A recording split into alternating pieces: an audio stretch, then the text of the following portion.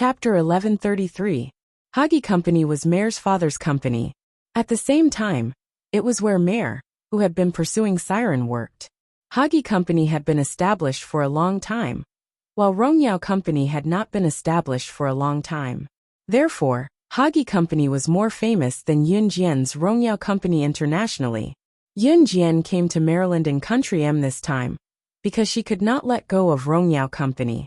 This was because Rongyao Company was suppressed by Hagi Company. Mare was the president of Hagi Company. He dealt with Rongyao Company just to pursue Siren. However, as Mare's father and the chairman of Hagi Company, Matt had been coveting Rongyao Company for a long time. He even wanted to annex Rongyao Company and take it for himself. Although Siren was the president of Rongyao Company, her ability was limited. She would definitely be at a disadvantage if she fought with a big entrepreneur like Matt. Matt could not be compared with the people in the past. He could reach where he was today because of his strength and influence. Therefore, Yun Jian went to Yulong mainland to warn Matt, the chairman of Hagi Company. Otherwise, Matt might do something when she returned from Yulong mainland. Of course, warning Maida wasn't going to work just because she was the chairman of the Rong and Yao Company. Yun Jian narrowed her eyes. She did not expect Guxian's roommates to be with her. Coincidentally, she had a way to sneak into Hagi Company. Sister, are you really going to Hagi Company with the three of them? Guxian's voice interrupted Yunjian's thoughts. Guxian could not believe it. Was his sister really going to Hagi Company with his three roommates? Guxian used to be a gangster. In order to deliberately show off to Gujunjian, he often stayed out all night. However, the reason why he did not get along well with his three roommates was that these three roommates were gangsters. They went to nightclubs to sleep with women. Moreover, he would often get physical with girls. Guxian originally thought that Yun Jian would reject their invitation, but to his surprise, she actually agreed. Little sister, you're not familiar with this place, so it's better if you don't go out. Where do you live now? I'll send you back to the hotel now, Guxian said as he walked over. However, as soon as Guxian finished speaking, Zhang Jiangui pushed Guxian away. Then, he looked at Yun Jian with a sneaky smile and said to Guxian, "The little girl is willing to go with us." Guxian, what do you mean? We are all roommates in the same dormitory. Do you not trust us or what? After Zhang Jiangui said this, Guxian's frown deepened. Although Guxian knew that his little sister was an SS racer, or an advanced special forces member, he was still worried about Yun Jian. After all, in Guxian's eyes, Yun Jian was just a girl, even if her identity was shocking. Guxian glanced at Yun Jian. He knew that Yun Jian would definitely do what she said. Guxian paused, then said, "I'll go too." Since Guxian wanted to go, Zhang Jiangui and the other two naturally did not stop him. After putting the bottles of pickled vegetables back in the dormitory, the group of them headed to Hagi's company. The summer vacation was scorching hot. The sun was high up in the sky, and just walking on the streets was enough to make one sweat. Zhang Jiangui was dying from the heat. He glanced at Yun Jian from the corner of his eye, because he wanted to show off his abs. He had already taken off his shirt and hung it over his shoulder. Seeing that Yun Jian did not look at him, Zhang Jiangui walked over and asked Yun Jian, "Little girl, it's so hot today. Do you want to have ice cream to quench your thirst?" With that said, Zhang Jiangui did not wait for Yun Jian to answer. As usual, he ordered his roommate Guxian to run errands for him. "Guxian, go by me." Just as he said this, Zhang Jiangui suddenly felt that it was embarrassing for him to order Yun Jian's brother to buy things for him in front of her. Thus, Zhang Jiangui went to buy ice cream himself. Chapter 1134. Because I don't eat ice cream from strangers. But Yun Jian didn't say the last sentence. Yun Jian can eat ice, and she has eaten a lot of snacks like ice cream. Hearing Yun Jian's words, Zhang Jinggui's hand, that was about to reach out to Yun Jian, obviously stopped. He just went to buy ice cream to flirt with Yun Jian. He didn't think about anything else at all. So when he heard Yun Jian's words, Zhang Jinggui's hand directly stopped. "My sister doesn't eat these things, you can keep them for yourself." Guxian resisted the urge to laugh and mock Zhang Jingui, and said seriously, In fact, Guxian knew that Yunjian can eat ice cream. But when he thought about how Zhang Jinggui's 3 roommates usually ordered him around, and even knew that he came from a good family, they always asked him to treat them. Zhang Jinggui's 3 roommates didn't help him at all since school started, and they often ordered him to do this and that. Although Guxian didn't hear it, he was very unhappy. At this moment, seeing Yunjian's actions and Zhang Jinggui's deflated look, Guxian simply wanted to clap his hands and cheer. Zhang Jinggui heard Guxian's words and wanted to flare up. But when he thought about how Yunjian was in front of him, he held back. Hey, since little sister doesn't like it, then I'll eat it. In order to please Yunjian, Zhang Jinggui only bought 1 ice cream. When he heard Yunjian say that she didn't want to eat it, Zhang Jinggui ate it himself. The few of them walked together and arrived at the entrance of Hagi Company. Hagi Company, like Rongyao Company, was headquartered in Maryland, Country M. Like Rongyao Company, there were guards at the entrance of Hagi Company during the day. Only the official employees of Hagi Company could enter the company. After arriving at the entrance of Hagi's company, Guxian paused for a moment, then said to Zhang Jinggui and the others, "My sister and I are at the entrance, you guys can go in. Since we're already here, how can we not go in?" When Zhang Jinggui heard Guxian's words, he knew that Guxian thought that he couldn't bring them into Hagi's company. After all, a big company like this didn't allow outsiders to enter. Hey, I know that such a big company doesn't allow outsiders to enter, but since I can bring you all here, I can't let you all wait for us at the door, right? Zhang Jinggui's words sounded as if he had something to do with Hagi Company, and even represented Hagi Company. As soon as Zhang Jinggui finished speaking, Guxian's roommate, who was with Zhang Jinggui, followed up with a rather proud tone. "Guxian, don't you know who Jinggui is? His uncle works at Hagi Company. It's easy for him to bring you all into the company." His words were full of pride. It was as if Zhang Jinggui's relative working at Hagi Company was a great thing. "So can we go in?" After Zhang Jinggui and the others had bragged in front of her and Guxian, Yunjian said faintly, "Hey, I'll ask my uncle to come out and pick us up." Zhang Jinggui made a phone call. After a while, a middle-aged man in a suit came out of Hagi Company and brought everyone into the company. "That's my uncle. My uncle is from Hagi's company." Zhang Jinggui wanted to show off his skills as soon as he stepped into the company, but he was interrupted by Zhang Jinggui. Just as he was about to brag, a tall figure appeared in front of everyone. At this moment, the tall figure was being escorted by a group of bodyguards. "Ah, isn't that Hagi Company's CEO Mayor?" Zhang Jinggui shouted. Then, he wanted to show off his knowledge in front of Yunjian, so he deliberately coughed twice. After adjusting his state of mind, he continued, "This Hagi Company's CEO Mayor is not a simple person, he." Seeing Mayor pass by in the distance, Zhang Jinggui was just bragging to Yunjian when Guxian's voice sounded. Chapter 1135.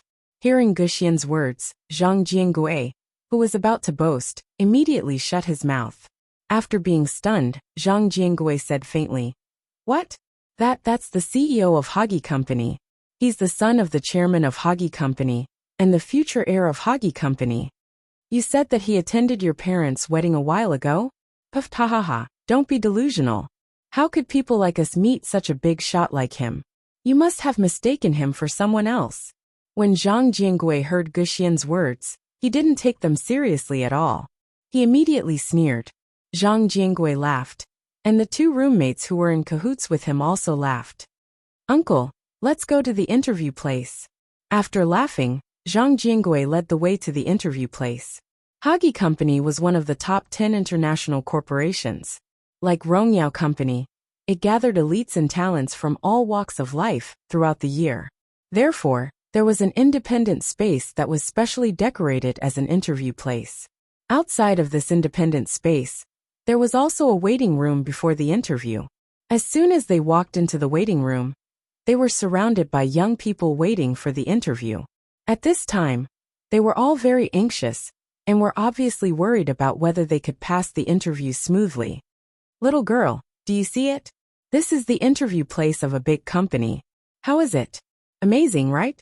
Zhang Jiangui continued to boast to Yun Jian in high spirits, but he was very anxious at this moment. Yun Jian narrowed her eyes. The waiting room before the interview was only separated from the corridor by a floor-to-ceiling glass window. From here, one could look through the glass window and see the closed door across the corridor. Hehe, are you curious? Do you know where that place is? Seeing that Yun Jian ignored him and looked at the closed door across the corridor, Zhang Jiangui walked over and said. Yun Jian still ignored him. She naturally knew where that place was. From the moment she heard that Zhang Jiangui and his group were going to interview at Hagi Company, she already knew the structure of this place like the back of her hand. It could even be said that the reason she agreed to enter the company with Zhang Jiangui and his group today was because she knew that opposite the interview waiting room was. That's the meeting room for the leaders of Hagi Company. Zhang Jiangui continued to boast. Even if Yun Jian ignored him, he couldn't stop bragging. Do you know why the CEO of Hagi Company was here? Hey, they're having a meeting over there. It's said to be a very important board meeting. Oh, does that mean the chairman of Hagi Company will also be here? Zhang Jinggui's roommate also exclaimed in surprise. That's right. After the board meeting, we might have a chance to see the chairman of Hagi Company. Zhang Jingui gestured exaggeratedly. It felt like being able to see the CEO of Hagi Company was a blessing of several lifetimes. However, as soon as Zhang Jinggui's exaggerated boasting ended, he saw from the corner of his eye that Yun Jian had already stepped out of the door of the interview waiting room. She was almost standing at the door of the meeting room. Zhang Jingui and his group were shocked. Then, with Zhang Jingui taking the lead, he and his uncle rushed to the front and quickly ran up. Then, Zhang Jingui looked at Yun Jian and said in a low voice. Chapter 1136. Zhang Jingui and his uncle hurriedly ran in front of Yun Jian to stop her. Zhang Jingui even lowered his voice and said to her. The reason he lowered his voice was because he was afraid that the Hagi Company board members in the meeting room would hear the noise outside and come out to chase them away. If that happened, Zhang Jingui might not even be able to pass the interview. If they disturbed the board meeting, even Zhang Jinggui's uncle, who had already become an official employee of Hagi Company, would probably be fired. Compared to Zhang Jingui and his uncle's exaggerated behavior, Guxian narrowed his eyes slightly and did not stop them. He knew that his sister was not an ordinary person.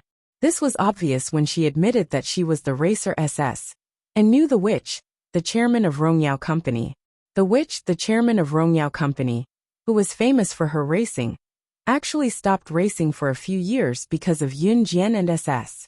This was the legendary friendship. For a person to do this for another person, it was definitely not something that could be done between strangers. Therefore, Guxian thought that his sister was definitely not an ordinary person. Therefore, he did not stop them, and just stood aside and watched. Seeing Zhang Jiangui and his uncle standing in front of her, Yun Jian frowned slightly in annoyance. Then she raised her eyebrows and said, I can't go in? After hearing Yun Jian's words, Zhang Jingui almost shouted at Yun Jian.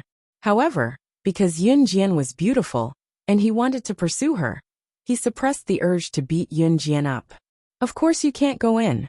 The people sitting here are all the leaders of Hagi Company, and today's board meeting is personally supported by the chairman of Hagi Company. If you go in, you'll be screwed. Zhang Jingui suppressed his anger and said to Yun Jian. Just as he said this, he was interrupted by Yun Jian. Matt is also in there? Matt. Zhang Jingui was stunned when he heard the name. Then, he immediately realized that Matt was the name of the chairman of Hagi Company. Of course, it's a board meeting today, and it's being presided over by the chairman himself.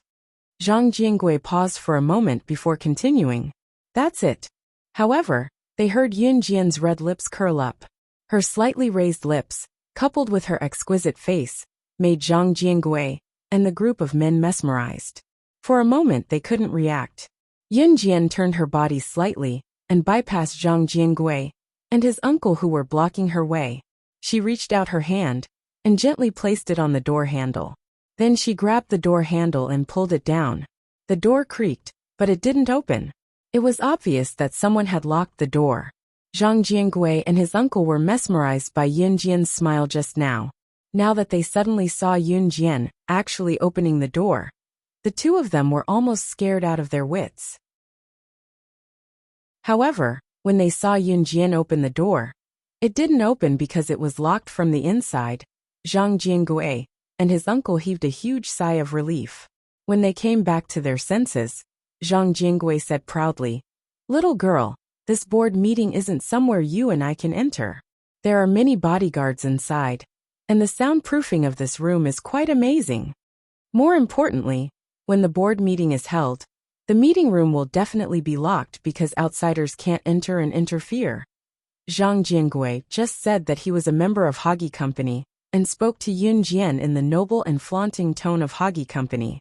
However, he saw Yun Jian take out a small iron wire from her trouser pocket and insert it into the keyhole of the meeting room door. With a click, the door's lock was opened. Zhang Jiangui's words instantly stopped.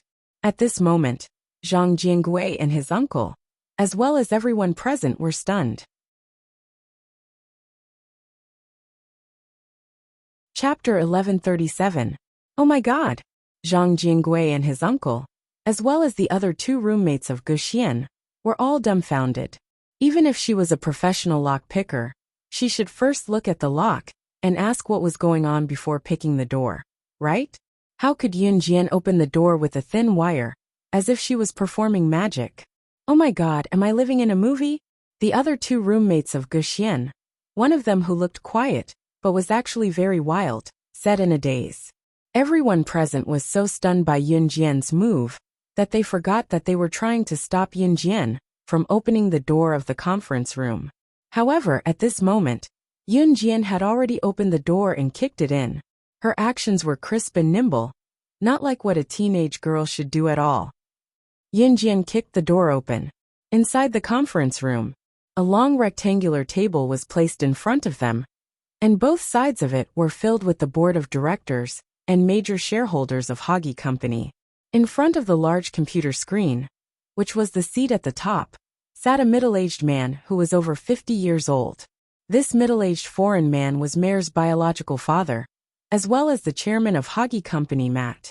Matt was a successful businessman, but he wasn't a successful father or husband.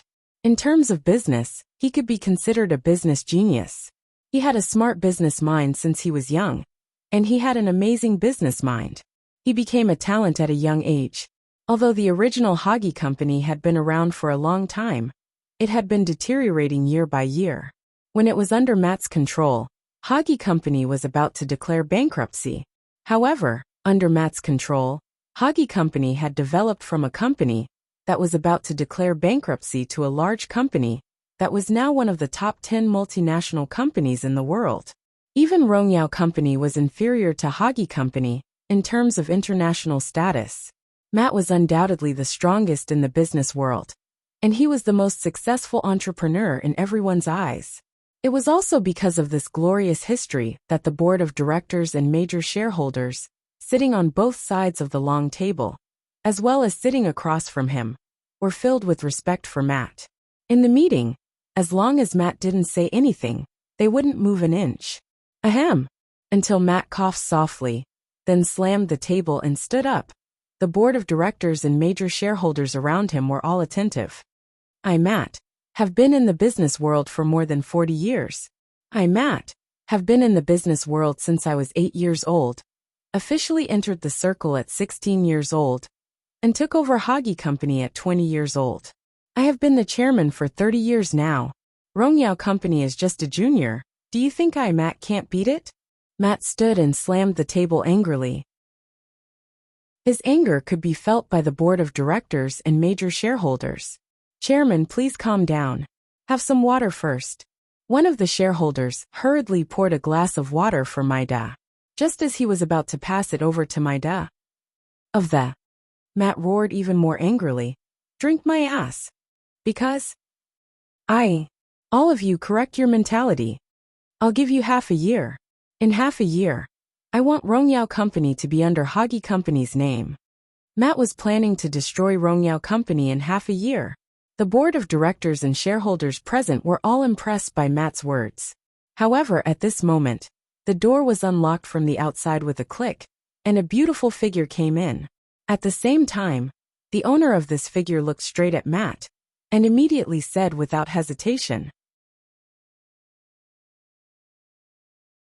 Chapter 1138. Not long ago, when she met Mare and Mai Inai at Rongyao Company, Yunjian asked Mare to pass a message to Matt on her behalf. Tell Matt that if he doesn't want to disappear in the annals of history, he'd better behave himself. If he dares to do anything to Rongyao Company again, he'd better wash his neck and wait for death.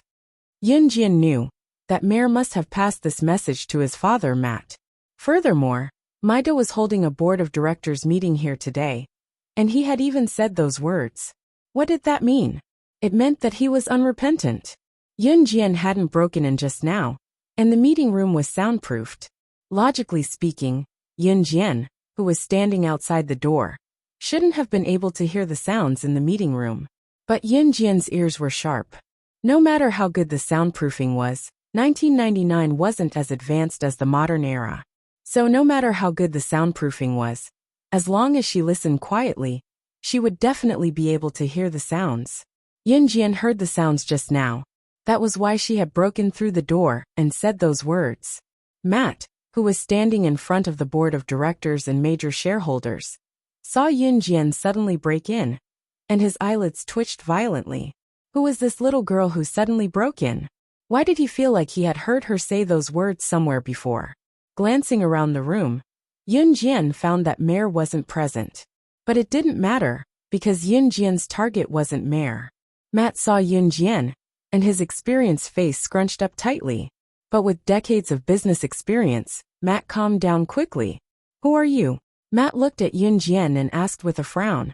Matt was different from all the successful businessmen and powerful people that Yunjian had met before. Matt was a businessman who was truly worthy of respect. Yunjian admitted that if Matt's ambition was a little smaller, and he didn't target her Rongyao Company, she definitely wouldn't be standing here today to deal with Matt. He even admired this old senior from the bottom of his heart. Unfortunately, in the business world, there were no eternal allies. There were only profit-seeking businessmen. He saw with his own eyes that Yunjian had stepped through the door and talked to the chairman of Hagi Company in such a tone. Zhang Jiangui and his uncle almost wet their pants. The two of them didn't dare to leave, but they didn't dare to stay either. Even Guxian's other two roommates were so scared that they broke out in cold sweat. You don't need to know who I am. Yunjian simply crossed her arms in front of her chest. Her beautiful body made people's hearts itch for no reason. As soon as he finished speaking, Yunjian's lazy expression suddenly changed.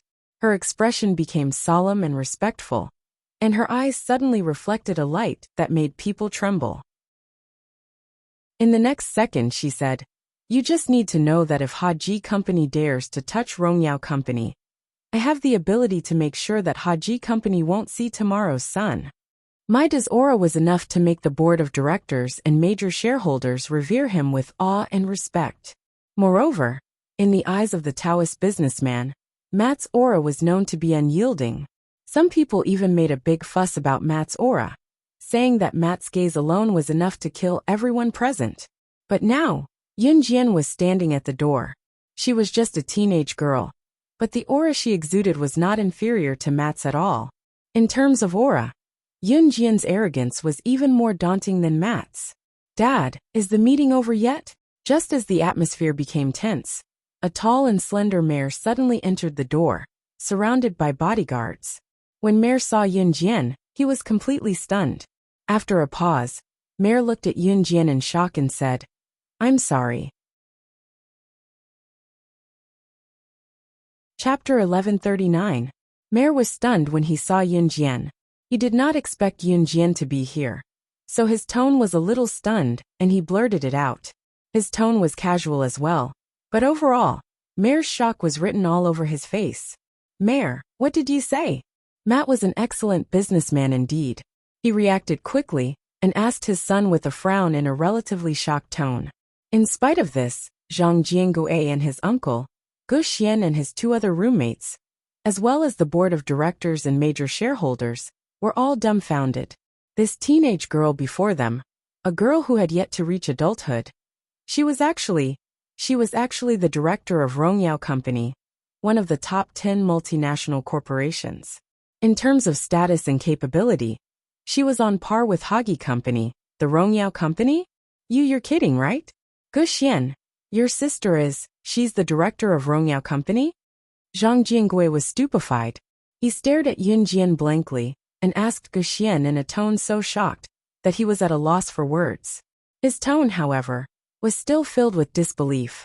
When Zhang Jiangui reached the last part of his sentence, he suddenly recalled something. Right, Guxian had said when he saw Hagi Company's CEO Mayor, when he entered the gate earlier. He had said that Hagi Company's CEO, Mayor, looked familiar. Was he not the guest Yun Jian had invited to attend their parents' wedding? Guxian's words were directly refuted by Zhang Jiangui with a sneer. Zhang Jiangui would never believe it even if he saw a ghost. What a joke! Hagi Company's CEO Mayor had gone to Country Z's Longmen City to attend the wedding of Guxian's parents, who came from God knows where. This was like an earthling taking a spaceship to the sun. This was something that was simply impossible to happen. But this time, the CEO of Hagi Company Mayor had admitted it himself. Zhang Jiangui had no choice but to believe it. Therefore, Zhang Jiangui was completely stunned on the spot. At this moment, Zhang Jiangui was so ashamed of his previous behavior that he wanted to find a hole to hide in. In the beginning, he even deliberately showed off Hagi Company in front of Yun Jian and Guxian.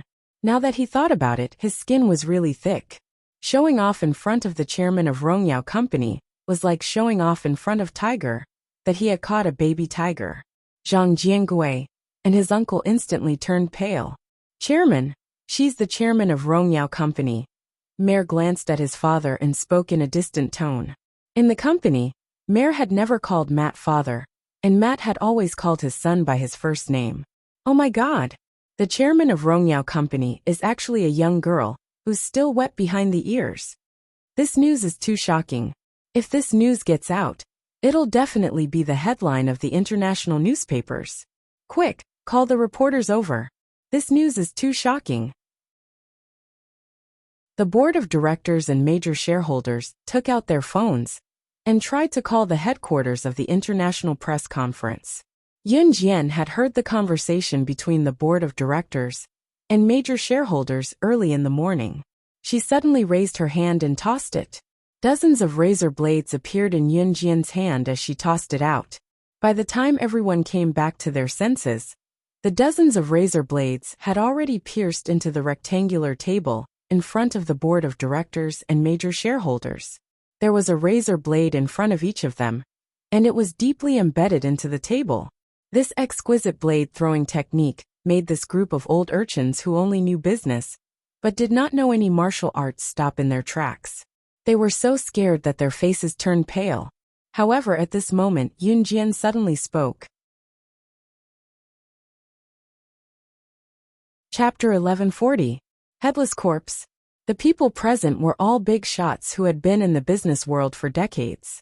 How could they not have heard of headless corpses? Yun Jian's words clearly meant that if anyone present dared to say another word, she would turn them into headless corpses. God! No one present would have thought of such cruel words, even if they used their brains. But Yun Jian, she actually said it so easily. She was still a young girl, who was not even 18 years old yet. The old men present, who were the board of directors and major shareholders, looked at the razor blade on the table in front of them, and felt their hair stand on end. After being in the business world for so many years, the board of directors and major shareholders were used to the ups and downs. But they had never seen anything like this before. How could a young girl have such an overbearing aura? When Yun Jian opened her mouth and said those words, everyone present suddenly had an illusion. It was as if they would really become headless corpses if they went against her wishes. At this moment, even Matt, who had the strongest aura, could not help but straighten his body. Not to mention Zhang Jiangui and his uncle, as well as Guxian's two roommates. Zhang Jiangui and Guxian's two roommates felt that they were used to the trifles of the school, and they were also students who messed around.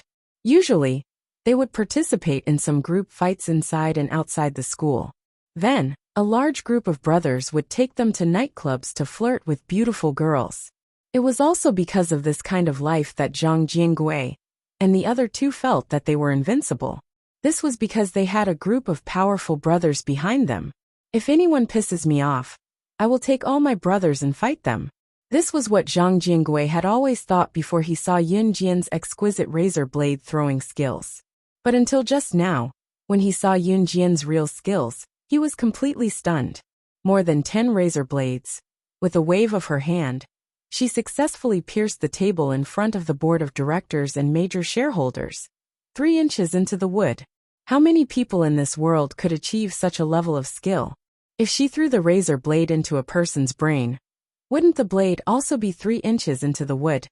Zhang Jiangui trembled. This was simply not something a person could do.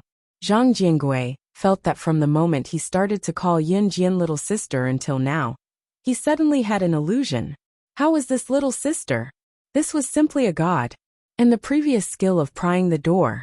Just as Zhang Jiangui was thinking this, Yun Jian had already arrived in front of Matt.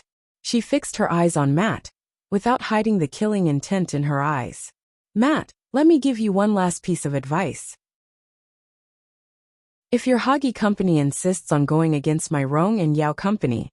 Yun Jian paused. Then she suddenly hooked a sinister and deep smile. Seeing Yun Jian's strange smile, everyone present felt a sense of suffocation. Unknowingly, everyone present had been attracted by Yun Jian's aura and followed her rhythm. What? Matt forced himself to calm down, frowned, and asked this word very unwillingly.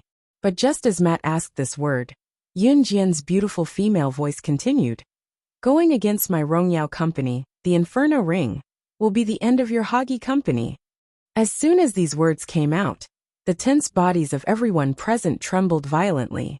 If the identity of the Rongyao company was not enough to make Matt afraid, then the fallen Inferno Ring was undoubtedly an underground black market force that Matt would not dare to touch in his life. You. What did you say? Inferno Ring? You annihilated the Inferno Ring? After Yun Jian finished speaking, even Matt, who was always as calm as a mountain, showed a frightened expression. Chapter 1141. If the Rongyao company alone was not enough to make Matt afraid, then an assassin organization like the Inferno Ring was enough to make a righteous figure like Matt tremble in fear. Existences like the Rongyao company and Hagi company belonged to the righteous forces. Although Matt was the chairman of Hagi company and belonged to the righteous forces, as the chairman, Matt was able to stabilize Hagi company's international position until now. It was not difficult to see that Matt must have cooperated with a certain black market force. Therefore, to Matt and his group, the Inferno Ring was definitely not an unfamiliar organization. They knew very well what kind of position the Inferno Ring had in the world. And now that he heard what Yun Jian said just now, it would be strange if Matt was not frightened. Even the black market that Matt cooperated with the chairman of Hagi company was not on the same level as the Inferno Ring. Not to mention the existence that destroyed the Inferno Ring. Usually, if a righteous force wanted to coexist forever, they would find a black market force to support each other. Of course, these things were definitely done in secret. Matt's Hagi company naturally had a backer, so it was not difficult to explain why he was so shocked after hearing Yun Jian's words. At this moment, Matt only had one thought in his mind. Could it be that the Rongyao company's backer was even bigger than Hagi company's? The underground black market that destroyed the internationally famous assassin organization, the Inferno Ring, was it not? What is the Inferno Ring? At the moment when the atmosphere was unusually heavy, Zhang Jinggui's desperate voice sounded weakly. He suddenly had an impulse to claim credit in front of the chairman of Hagi company, Matt. Or perhaps he wanted to attract Matt's attention. As long as he attracted Matt's attention, he would not have to worry about food and clothing for the rest of his life. Therefore, Zhang Jinggui rolled his eyes and immediately thought of some flattering words. Then, he turned to look at Merd with his big round eyes, and immediately blurted out, Merd, you're right. Chairman, you are the big boss of Hagi company. That Inferno Ring is nothing. In the entire M state of Maryland, oh no, in the entire world, Who can be your opponent? A mere inferno ring. You can crush it with a single kick. My roommates and I worship you so much When Zhang Jiangui wanted to continue speaking, Matt suddenly grabbed a pen holder on the long table and viciously threw it at Zhang Jiangui, who was standing at the door. The pen holder, along with the pens inside, spilled out and was smashed onto Zhang Jiangui's head from afar. Zhang Jiangui did not even dare to howl. He forcefully endured the pain, but then he heard Matt's furious voice sounded. Inferno Ring's presence is second only to an Han Group and Wuxia mercenaries internationally. Even if Inferno Ring is annihilated, Hagi Holdings wouldn't dare to boast in such a tone. What you just said, if I hear half of it from someone else's mouth in the future, you're finished. Security, immediately take this person out of the company and never let him enter Hagi Company's door for the rest of his life. Matt roared furiously. Just because of Zhang Jinggui's words, Zhang Jingui completely ruined his future. Zhang Jingui was stunned. He did not expect Matt to be so afraid of that Inferno Ring. In fact, Matt was not afraid of the Inferno Ring, but he was afraid that if Hagi Company's reputation of stepping on the Inferno Ring spread, the strong people in the world would not be convinced. Especially if Han and Kosha mercenaries heard this, they would be unhappy and would want to kill him. It would be a piece of cake to destroy the decades of hard work of his Hagi Company in a day. Chapter 1142. Zhang Jiangui did not expect that he would end up like this just because he wanted to curry favor with Matt. Zhang Jiangui was still in a daze even after he was dragged out. As Zhang Jinggui's uncle, he did not dare to make a sound. If he made a sound, it would mean that he was related to Zhang Jiangui, and he would lose his job. One had to know that he had used a lot of connections to get into Hagi's company. If he was fired now, where would he find a better job than Hagi's company? Matt, we can talk about our business now. Just as Maido was about to lose control of his anger, Yun Jian smirked and walked to the side of the conference room to pull out a stool. She sat down with her legs crossed and spoke leisurely. Matt frowned when he saw Yun Jian sitting down, as if she was in her own territory. He walked over to Yun Jian. What do you want? Matt had to look at Yun Jian in a new light. This young lady was not to be trifled with. I don't have much patience, Yun Jian said. She reached out and rubbed her fingertips on the armrest of the table. As she spoke, she lowered her head to look at the floor. Her pretty face, paired with her long eyelashes, drew a gasp from everyone present. Yun Jian continued. I don't like to beat around the bush. I'll tell you directly. The Kosha mercenaries are behind the Rongyao Company. Matt, if you dare to touch my Rongyao Company, you'll be making an enemy out of the Kosha mercenaries. Yun Jian suddenly stood up when she said this. That's all I have to say. Think about it carefully. Yun Jian made a strange red arc with her lips. She turned around and walked out of the conference room. Before she left, Yun Jian waved at Guxian. Seeing this, Guxian followed him out in a daze. The group of old men, including Zhang Jinggui's uncle and Guxian's two roommates, were all stunned. After a moment of silence, a major shareholder suddenly said, No wonder she's not afraid of the Rongyao Company. The Kosha mercenaries are behind the Rongyao Company. Not to mention this major shareholder. Even Maida himself was scared out of his wits. Just when everyone thought that Maida wouldn't say a single word, he sighed heavily and said with a heavy sigh, That's right, Maida. From today onwards, withdraw the project to suppress the Rongyao Company. No one is allowed to lay a hand on the Rongyao Company. Kosha mercenaries. He could not afford to offend them. Guxian, who walked out of Hagi Company, was still in a state of shock. Sister Yu. Guxian wanted to ask about the doubts in his heart, but Yun Jian's voice continued. Shu brother, keep it a secret. Yun Jian smiled and said, In the future, if you encounter any problems in Maryland, you can ask the Rongyao Company's president for help. Guxian was stunned by Yun Jian's words, but he nodded involuntarily. Although he was full of doubts, he did not ask further. After sending Guxian back to school, Yun Jian went straight back to Rongyao Company. At the same time, in the president's office of Rongyao Company, just as Yun Jian walked in, She saw Lan Su sitting on the soft chair, with a gunny sack in her hands, with a rather aloof expression. Her demeanor did not match the sack in her hands. The temptress was sitting in front of her desk. Adam was standing beside Lan Su.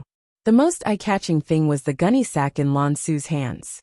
Yunjian knew that it contained the pots and pans that Lan Su had brought all the way from Longmen City, intending to bring them back to Yulong mainland. She did not expose Lan Su, but smiled with her eyes squinted. After entering the office, Yunjian said, "Get ready. Let's go." Chapter 1143. Heh, Sister Jian, where are you heading to? Seeing Yunjian enter the office, Alluring Demon stood up from her desk and went to Yunjian, asking as she did so, "To a good place." Yunjian answered with a chuckle and told Alluring Demon, "I've warned Matt. If he dares to target Rongyao Company again, I'll annihilate him once and for all when I come back." Yunjian's expression was cold when she said the latter half of the sentence, not looking like she was joking at all. Sister Jian is indeed domineering. Even Alluring Demon could not help exclaiming. Following Yunjian back then was the best decision she had ever made in her life. When Rongyao Company had just started, Yunjian was still a girl of 13 or 14 years old. Her age was hardly convincing. However, Alluring Demon was already at her wits' end back then. Her father's company had gone bankrupt and was in huge debt. Unable to repay the debt, the group of people who came to Alluring Demon's house to collect the debt had even set their sights on her. Those people were inhumane. They even wanted to defile her in front of her parents. Alluring Demon was a tough nut to crack. She was so desperate that she was ready to bite her tongue and commit suicide. At the most desperate moment, before those people could do anything to her, Yunjian appeared. Alluring Demon thought that she would never forget that scene for the rest of her life. At 13 or 14 years old, Yunjian, who had yet to lose her childishness, was like a grim reaper. She killed the group of people and stared at Alluring Demon with a cold gaze. Then, she extended her hands to Alluring Demon and said something that changed Alluring Demon's fate. Are you willing to follow me? Let's go. Your office should be renovated. Remember to prepare some snacks when I come over next time." Yunjian rubbed her empty stomach and gestured to Adam and Lan Su, interrupting Alluring Demon's reminiscence. Watching Yunjian walk out of the office, the demoness took a step forward. However, she stopped in her tracks and stood in the same spot as she watched Yunjian and the other two's figures gradually disappear into the distance. "SSI demoness, will follow you for the rest of my life." After Yunjian left the office, Demoness' soft voice suddenly sounded. As the last word fell, the echoing sound in the empty office gradually faded until it disappeared. Country a southern country. This was the second time that Yunjian had come here. Country A's economic level was relatively backward, so when Yunjian, Lan Su and Adam arrived, there was not even a hotel within a radius of 8 miles. Finally, they found a hotel in a relatively lively village. Ce hadn't arrived yet, so Yunjian and the others had to stay here for a while. Country A was a relatively poor country, and the hotel that Yunjian and the other two were staying in was the most luxurious house in the village, a 2-story house built with mud and grass. If it rained at night, the house would definitely leak. After settling down, Yunjian went downstairs and asked the hotel owner's daughter, a young lady in her 20s, how far was it from here to the ancient tomb. Although she had been here once, when Ce had an accident last time, Yunjian was anxious, so she didn't remember the way. The hotel owner's daughter was called Eliza. Eliza was a very beautiful lady, and women in Country A were used to wearing a veil and wrapping themselves up tightly. After Yunjian asked for the way, Eliza kindly warned Yunjian in Country A's language, "Our Hassa village isn't very peaceful at night. A few days ago, many girls were kidnapped and defiled in the middle of the night, and they were only sent back the next morning. There were also many tourists who lost their money. There were also a few murder cases, but no police officers were willing to deal with these matters, so those criminals were never punished." Chapter 1144. Country A was a backward country. At the same time, the laws in Country A were not perfect. If this was Country Z, if such crimes like rape, theft, and murder happen, police officers would have come out early to investigate. Then, the culprit would be arrested and brought to justice. Therefore, the people of Country Z, whether it was 1999 or now, could not understand the backward living environment of Country A. There were even some foreigners who died in Country A, but no one called the police. Country A was such a country. Yun Jian was standing at the front desk. After hearing Eliza's words, she understood it quite well. Yun Jian nodded silently. Okay, thank you. Eliza reminded her out of kindness. Yun Jian naturally had to express her gratitude. Eliza was not only a beautiful girl, but more importantly, she had a kind heart. After hearing Yun Jian's words, Eliza smiled and nodded at Yun Jian. Then, Yun Jian asked Eliza some things in Country A's language. Eliza replied to all of them. Eliza's parents had gone out to the market. As they chatted, Yun Jian heard Eliza talk about her family. Eliza's parents were farmers. Today, they brought the things they made to the market to sell to earn money. Eliza, on the other hand, was at home looking after the hotel. Just as the two of them were talking, a restless voice came from outside the door. Oh my God. It's all your fault. You had to travel during the summer vacation to this godforsaken place. After walking for so long and almost dying in the desert, you finally found a hotel. Little Chu, this isn't my fault. They insisted on organizing this trip to Country A. They even said that they were here to look for treasures. I don't think there's even a ghost here. What attracted Yun Jian was that this group of noisy voices were conversing in Chinese. Country Z. Yun Jian narrowed her eyes. She did not expect to meet people from her own country, in a place like Country A.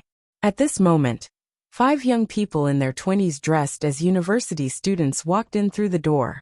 Among them, there were 2 women and 3 men. The man and woman walking at the very front were undoubtedly the 2 people who had spoken just now. Suddenly seeing Yun Jian's face, which was unique to her country, a girl walking behind her was pleasantly surprised. Then she walked over and asked Yun Jian in a calm but excited tone. Are you from Z? She paused for a moment.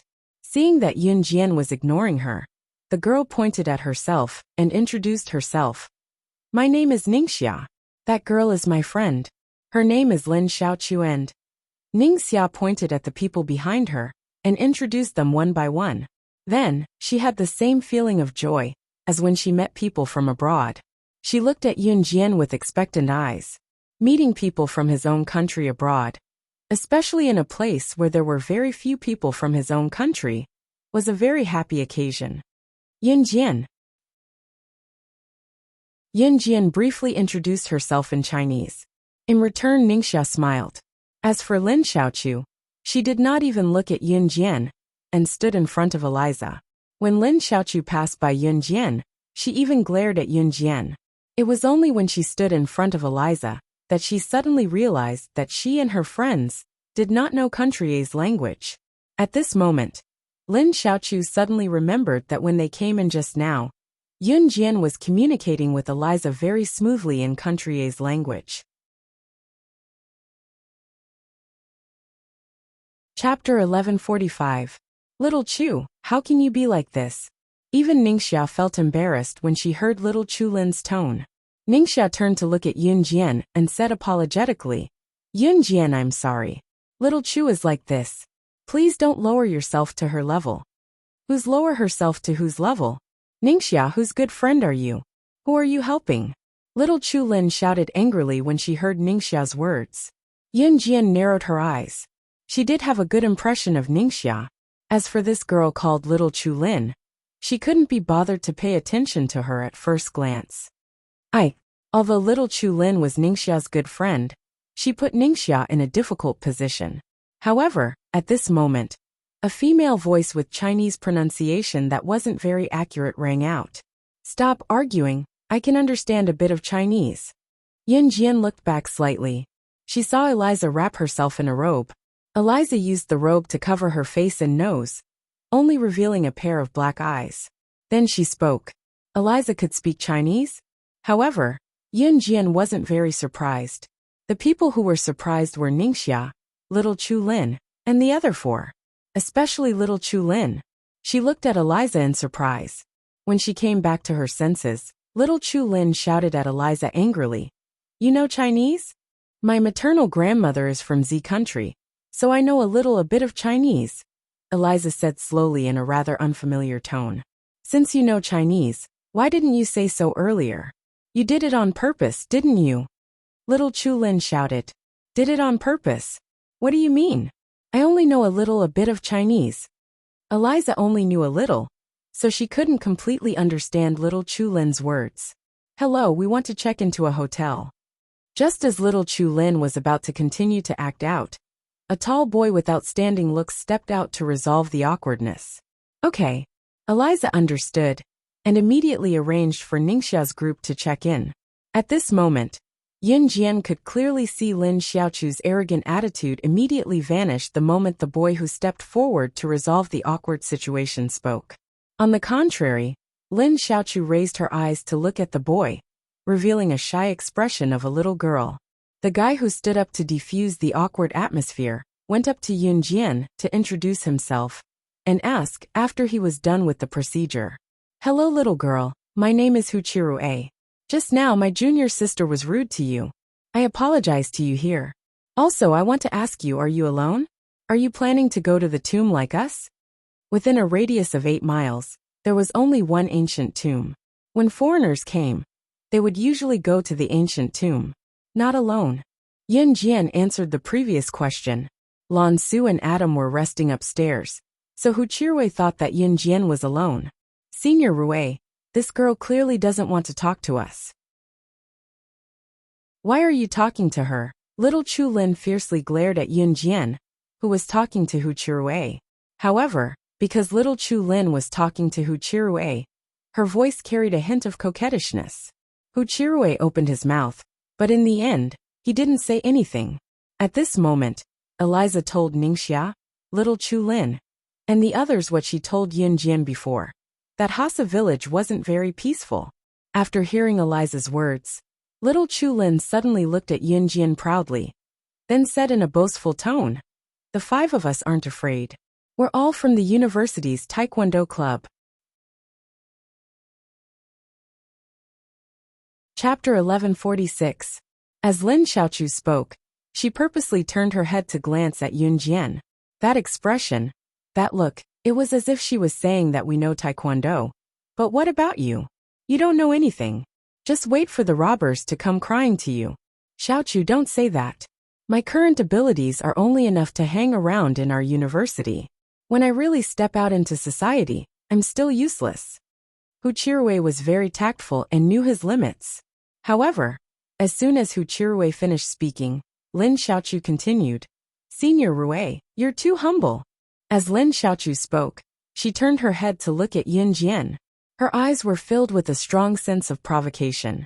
After 2 seconds of silence, Lin Xiaochu said, if something happens, don't beg Senior Rue or us to save you. Yin Jian lightly glanced at Lin Xiaochu. Then she turned around and went upstairs. Yin Jian usually ignored these kinds of people. Tsk, what's there to be proud of? Lin Xiaochu saw this and began to say a few more words. However, as soon as Lin Xiaochu finished speaking, Hu Chirue reprimanded Lin Xiaochu. Xiaochu, don't be so rude. Lin Xiaochu listened to Hu Chirue's words very much. After all, Lin Xiaochu had special feelings for Hu Chirue. For a moment, everyone was speechless. At this moment, Yin Jian had already returned to the 2nd floor. Although this hotel was quite shabby, there were quite a lot of rooms.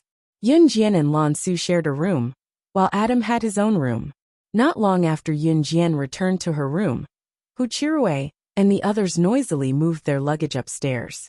They stayed in a room not far from Yin Jian's room. The night quickly darkened. This hotel didn't have any electric lights, and usually relied on candles for illumination. Now, Yin Jian was lying on the bed, looking up at the stars and moon through the broken window that couldn't block the cold wind from blowing in from outside. There was no internet in country A, so she couldn't make calls. Yin Jian, you're not asleep yet? Lan Su turned over and moved closer to Yin Jian. Okay, Yunjian answered softly. There was silence for 2 seconds. Just when Lan Su thought that she would not speak again, Yunjian said faintly, I'm going to sleep. Just as Yunjian was about to close her beautiful eyes, she seemed to hear something. That pair of long and narrow eyelashes didn't even have time to close before they suddenly opened. Yunjian, there's a sound. Lan Su also opened her eyes. The two of them instantly lost their drowsiness. Yunjian nodded lightly, then whispered to Lan Su, sleep. The word sleep naturally referred to pretending to be asleep. Lan Su had followed Yunjian for so long, so she naturally understood immediately. At that moment, Yunjian and Lan Su closed their eyes. In the darkness, the door that was on the verge of collapsing and didn't have a lock was opened. A dark figure slipped in through the door as quietly as possible. After a while, Yunjian could feel that the figure was sizing her up, and it even swallowed its saliva very thirstily. Under the moonlight, the figure reached out its hand towards Yunjian. 3 seconds before it was about to touch Yunjian's cheek, Yunjian's leg, which was originally lying flat, suddenly lifted up. Her leg immediately rotated 90 degrees, and she directly kicked the figure that was trying to sneakily touch her cheek. Ouch! The person screamed, and was sent flying several meters by Yunjian's kick. Chapter 1147. The moment Yunjian kicked him, Lan Su rolled over on the bed and stood up. He then lit up the candles in the room. Adam, who was in the next room, ran over as well. Adam had come over when he heard the commotion. When he saw the rapist who was curled up into a ball from Yunjian's kick and could barely breathe, he dashed over to grab the man. Then Adam directly punched the flower thief in the head, knocking him out on the spot. It's really not peaceful here, Yunjian said calmly with her arms crossed. At the same time, Yunjian smirked and said, he has an accomplice. Let's go out and watch the show. They were just a few rapists and robbers. Did they really think they could take her down? When she was the secret agent slaying God, Yunjian had been hunted down thousands of times by various top assassins and people on the international rankings. Therefore, she usually did not sleep well at night. As Yunjian spoke, she had already reached the door of the dilapidated bedroom. Just as she reached the door, she turned sideways and said to Adam, bring them out. The same thing happened in Yunjian and Lan Su's bedroom, Ningxia and Lin Xiaochu's bedroom, Hu Qirui and the other two boys' bedroom, as well as the hotel's owner, his wife, and Eliza's room. This group of robbers was not alone. They were in a group. At this moment, Lin Xiaochu had already been dragged to the entrance by a man whose face couldn't be seen. Lin Xiaochu shook her fair legs as the robber rushed her out of the room. At this moment, Hu Qirui and the rest arrived at the staircase and saw Lin Xiaochu being taken away. Xiaochu, Hu Qirui and the other two shouted. Ningxia was lucky because she did not sleep naked like Lin Xiaochu. That was why the man chose Lin Xiaochu instead of her. Let go of me. Let go of me. Just then, another robber rushed out of the room with Eliza in his arms. Eliza's parents chased after her with all their might, shouting, Don't! Please let my daughter go. I beg you. Eliza's parents had just chased after them when they were kicked away by the group of criminals. This group of criminals had clearly planned this. They had captured Lin Xiaochu and Eliza, but they had left behind a few people to stop Eliza's parents and Hu Qirui's trio. Damn it! Hu Qirui and the other two quickly clashed with this group of criminals. Soon, Hu Qirui and the other two were drenched in sweat. They were at a disadvantage. Hu Qirui and the other two were about to lose to these well-prepared criminals. On the other hand, Hu Qirui and the other two were entangled by several criminals. One of the criminals rushed forward and grabbed Ningxia, intending to take him away as well. Swish!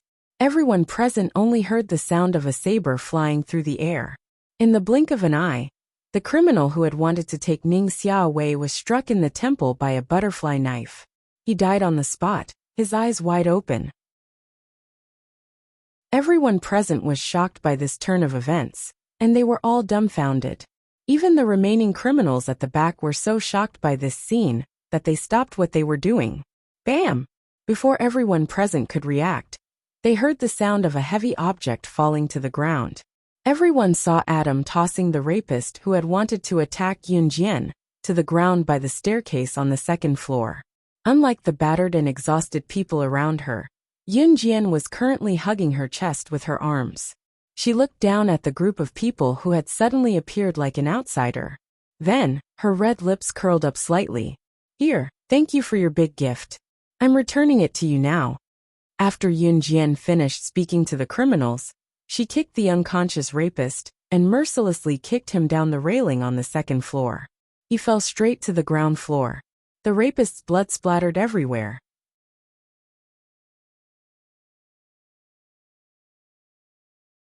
Chapter 1148. In the blink of an eye, Yunjian had killed someone. Moreover, she had killed 2 people at once. Everyone there was stupefied by Yunjian's horrifying move, their jaws dropping in bewilderment. After all, Yunjian was only a teenage girl. Especially today, when Hu Qirui and his group were about to check into the hotel, Lin Xiaochu was showing off Hu Qirui and his group's abilities to Yunjian. At that time, Yunjian did not dare to refute a single word. At least, that was what Hu Qirui and his group thought.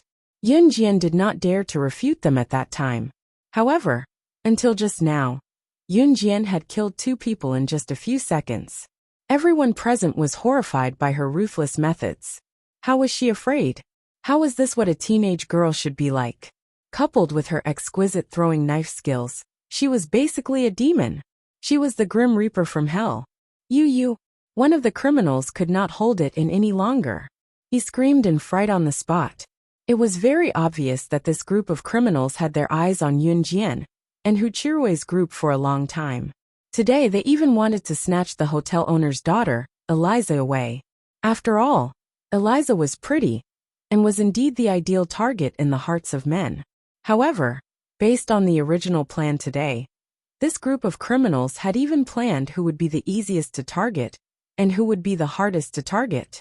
In the end, they came to the conclusion that Yunjian was the easiest to target, because she was the youngest, and her appearance was not the mature type. At most, she could only be considered delicate and pretty. However, there was no doubt that Yunjian's appearance was the most outstanding among the group of women.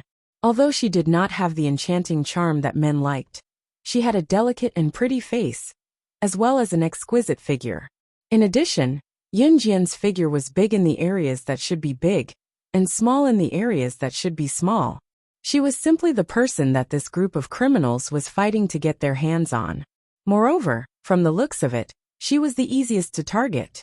However, this group of criminals never expected that Yunjian, who seemed the easiest to target, would turn out to be a homicidal maniac. She had killed 2 people in just a few seconds. Hu Qirui and the others were completely dumbfounded. At this moment, one of the criminals who had witnessed Yunjian's knife-throwing skills, who was obviously the leader, immediately pulled out a shiny pistol from his belt. Gun. Seeing the leader of the criminals pull out a pistol, the hotel couple turned pale with fright. In Country A, handguns were prohibited.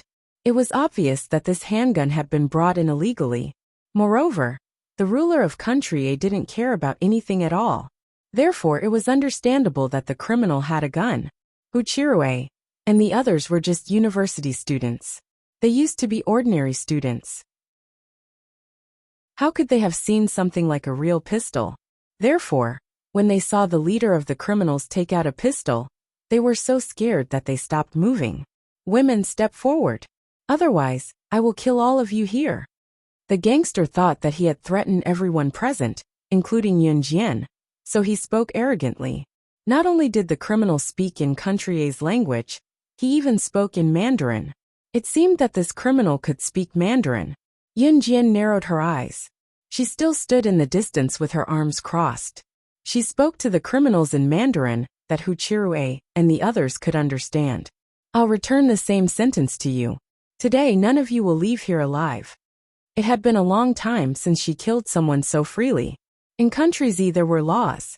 In a country like Country A, even if she killed someone, no one would know. After Yunjian finished speaking, she walked down the stairs step by step with ease. The criminal holding the gun was frightened by Yin Jian's aura. Just when the criminal wanted to do something, he saw Yin Jian move.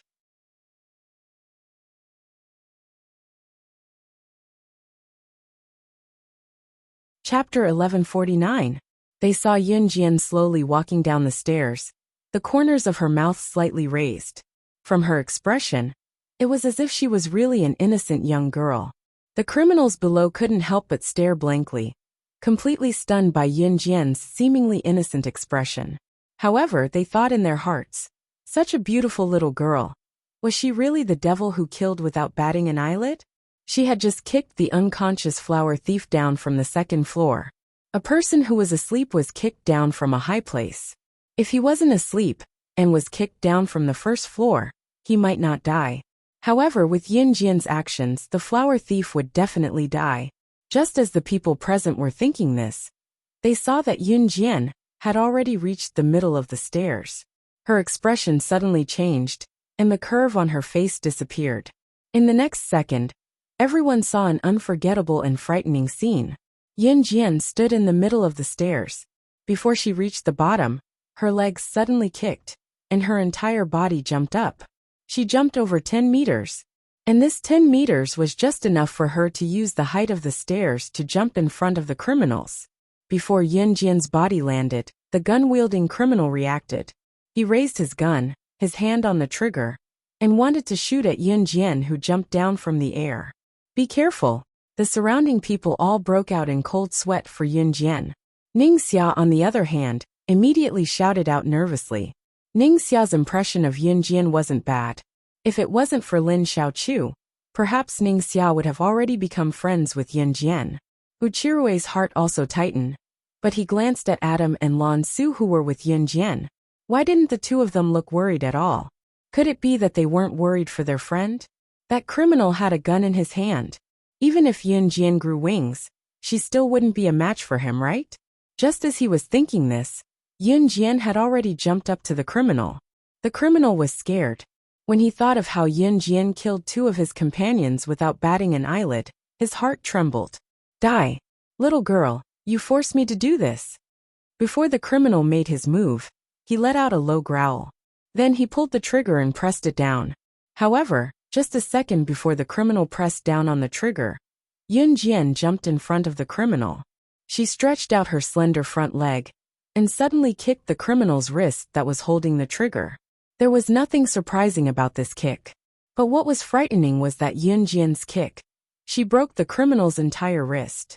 Even from where they stood, everyone could hear the loud cracking sounds coming from the gangster's wrist. The criminal's wrist was bent. His hand that was originally holding the gun toward Yin Jian was kicked away by Yin Jian at this moment. He was holding the gun stiffly. His hand was straight, but his whole palm was bent, facing himself. The criminal was kicked by Yin Jian, and the hand holding the gun hit himself in the heart. At this moment, the criminal had already pressed the trigger, and he couldn't stop in time. Bang! The gun went up and down. The criminal fired the gun, hit himself in the fatal point, and fell to the ground on the spot. Before he died, he let out a frightened sigh. This is impossible. There was actually such a little girl in the world who could break his wrist in the fastest speed, and make him kill himself. Her speed was even faster than a gun.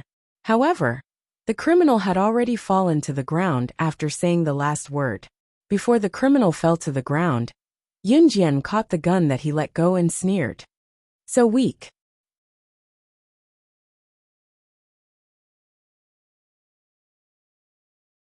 Chapter 1150. When the surrounding criminals saw that Yin Jian had killed the criminal holding the gun, they all retreated, as if they were planning to retreat. At this moment, the two criminals who had caught Lin Xiaoqiu and Eliza first had already left with the other criminals at the door when they heard that something was wrong. After Lin Xiaoqiu and Eliza were taken away by the criminals, they had planned to wait for the criminals in the house to succeed before leaving together. However, when they saw that 3 criminals had died in the house, the criminals saw that the situation was not good and retreated first. Meanwhile, Lin Xiaoqiu and Eliza had their mouths covered and their mouths grabbed by the criminals. When the two of them saw the terrifying scene just now, They could not even make a sound. Especially Lin Xiaoqiu. Her mouth was covered by a criminal with hair on his hands, and she almost vomited in disgust. However, she still saw Yun Jian's shocking methods just now. That ruthlessness. Lin Xiaoqiu had always been proud that she, Hu Qirui, and the others were members of the university's taekwondo club. Therefore, she was not afraid of being robbed on this trip at all. Firstly, it was because they knew taekwondo. Lin Xiaoqiu believed that she was not weak, and Hu Qirui's taekwondo level had already reached Black Dan 3. Secondly, it was purely because Lin Xiaoqiu thought that no matter how chaotic this place was, it was impossible for criminals to appear. However, not only did Lin Xiaoqiu miscalculate, she even thought that Yun Jian was just a little girl who did not know any skills. However, the methods that Yun Jian had just displayed, it made Lin Xiaoqiu extremely terrified. The way she killed people, it was as if she had just done a very ordinary thing. This was still the skill that a teenage girl should have. While Lin Xiaoqiu was shocked, everyone standing in the house could not close their mouths anymore. Especially Hu Qirui and the others. He originally thought that Yun Jian would dodge the bullet, or try to grab the gun that had been holding the criminal's gun. However, who would have thought that she would break the criminal's wrist with one kick, causing the criminal to end his own life with his own bullet? Xiaoqiu let go of Xiaoqiu. By the time they came back to their senses, the group of criminals had already started to retreat. Meanwhile, the criminals outside had already captured Lin Xiaoqiu and Eliza and placed them in a van. The van also started at the same time. After seeing Yun Jian's skill just now, the few criminals who stayed behind all wanted to retreat quickly to the gate. They didn't want to die. This little girl was too scary. She was simply inhuman. However, in the next second, Yun Jian's hellish voice came from behind. She blurted out, "I told you, don't even think about leaving this place alive." Yun Jian's voice was accompanied by a series of gunshots that sounded like machine guns. Bang bang bang bang bang. There were still 5 criminals left in the room. Yun Jian used the pistol she had just snatched to kill them in a matter of seconds. They didn't even have time to react. Yun Jian fired these 5 shots without even looking. However, every shot hit a criminal's temple. Perhaps it was because Yun Jian's actions were too shocking. Hu Qirui and the others in the room were stunned again. He was so shocked by Yun Jian's pistol skills that he couldn't extricate himself. However, at this moment, the van outside the house had already driven away as fast as it could. Yun Jian lowered her eyes. She turned around, and the pistol slid down her hand to the ground. She walked upstairs, and even stretched out her hand to yawn. "Adam, take care of the scene," Yun Jian said, and was about to go upstairs. It was obvious that she didn't want to care about what happened next. Among Hu Qirui's group of 4, one of them was the shortest and ugliest of the 3 boys. He panicked when he saw Yun Jian walking upstairs.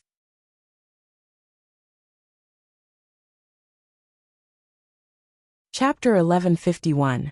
The shortest and ugliest boy among the 3 saw Yun Jian heading to the 2nd floor.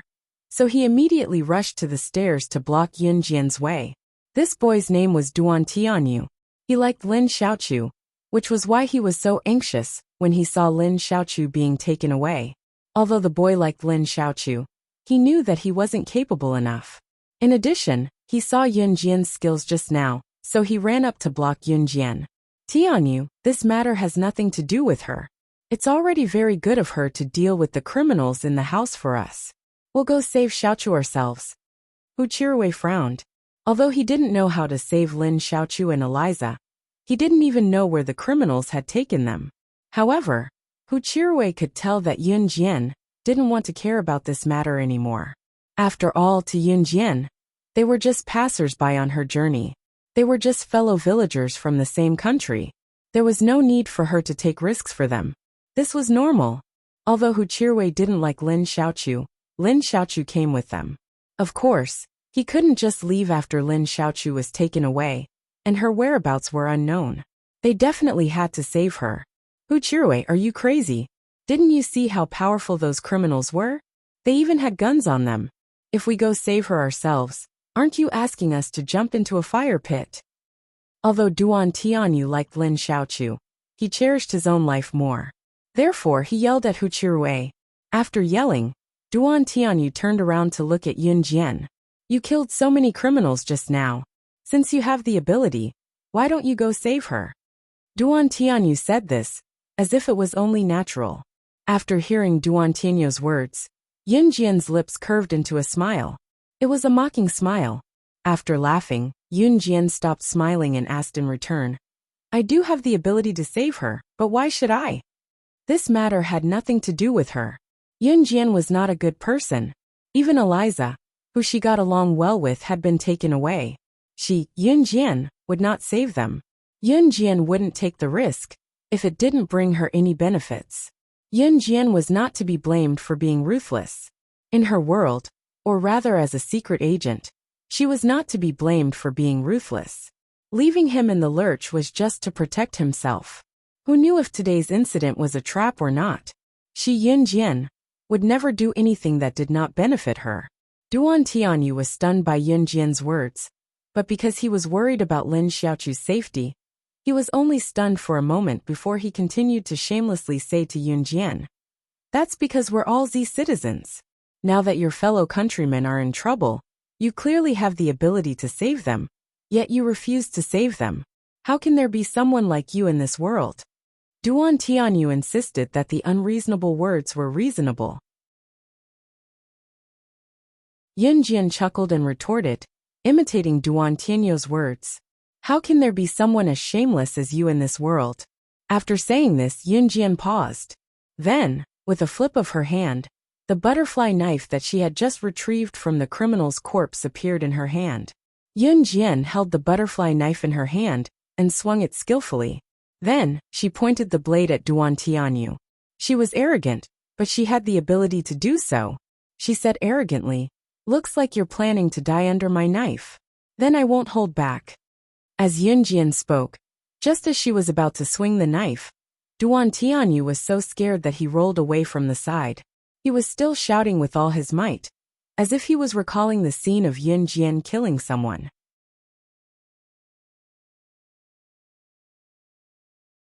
Chapter 1152. Yun Jian glanced at him coldly. She saw Duan Tianyu roll to the side like a pug, after seeing the butterfly knife in her hand. She couldn't help but smile coldly, and planned to head upstairs. Just as she was about to head upstairs, she heard the sound of two people kneeling on the ground behind her. Yun Jian lowered her eyes and narrowed them slightly. She turned around and saw the owners of this hotel, who were Eliza's parents, kneeling in front of her. Eliza's father was called Satana, and her mother was called Yule. Eliza's parents were good citizens who knew their place in country A. At this moment, they were kneeling in front of Yun Jian without a care for their image.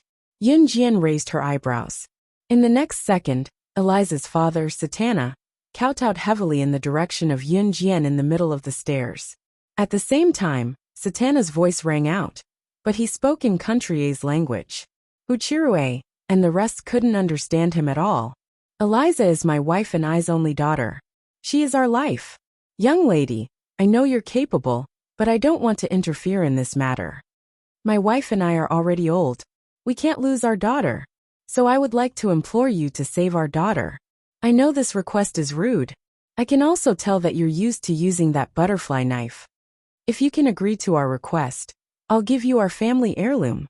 Our family heirloom is a dagger. It's extremely sharp. The person who owns it can use it to cut anything. If you use its blade to cut a piece of iron, you can cut it into pieces as easily as cutting tofu. As long as you agree to save our daughter, I can transform it into a butterfly knife and give it to you. Satana's words were very sincere.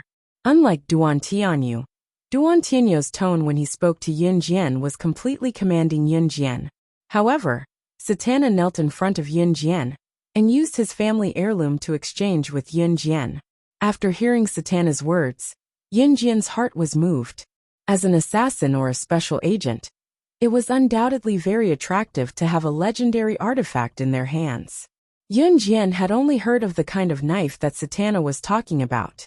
According to the current level of science, it was still impossible to figure out how to make a knife so sharp. However, there were people who had excavated this kind of incomparably sharp knife from ancient ruins. Legend had it that this knife could easily cut through iron like tofu. It was just that Yin Jian didn't expect Satana's house to have it. Previously, Satana had not mentioned the family heirloom, because he was afraid that someone would steal his family's saber.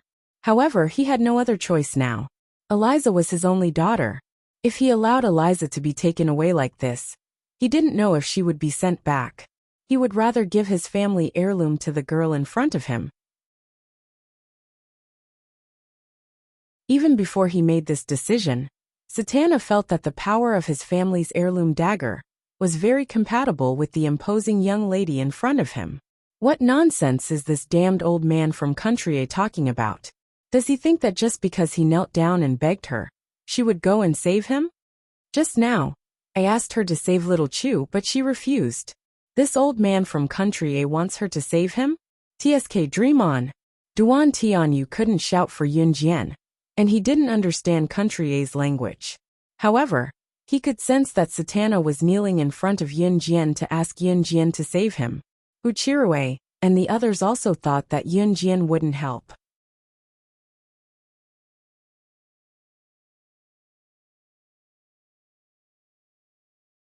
Chapter 1153.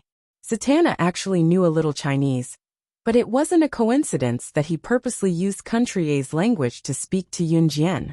It was because he didn't want Wuxia, Duan Tianyu, Ningxia, and the others to know that his family had a family heirloom.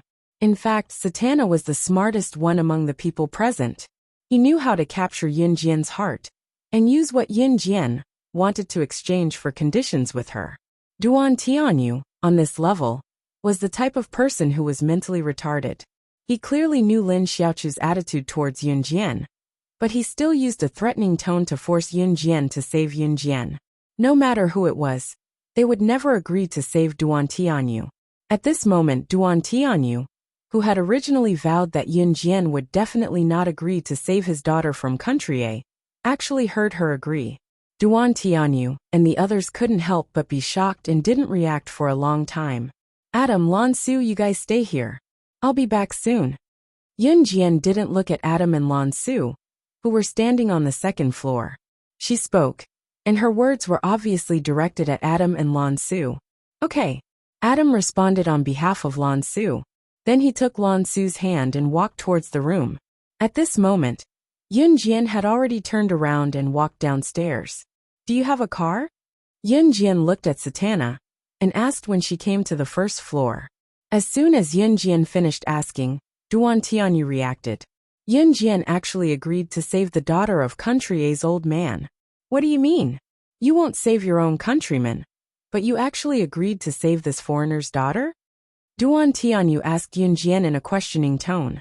As soon as Duan Tianyu finished his questioning tone, Yun Jian cast a sidelong glance at him and said mercilessly, he promised to give me 1 million yuan and work like a horse for the rest of his life to repay the debt. Are you going to give it to me? If you work like a horse for me, I'll also save people for you. Yun Jian never made a draft when she lied. Satana could understand a little Chinese. He understood that Yun Jian knew that he didn't want to expose the family heirloom. So Satana looked at Yun Jian gratefully. You're asking for too much. 1 million yuan, you're asking for it. I think you've lost your mind thinking about money. Duan Tianyu bellowed at Yun Jian, his face draining of color when he heard her. Yun Jian ignored him and walked past Duan Tianyu. Satana looked at Yun Jian's Yun Jian, and Lan Su's Yun Jian's Yun was Yun Jian. Yun's is Yun's, Shi Tianyot, Hu Chirui said to the other guy.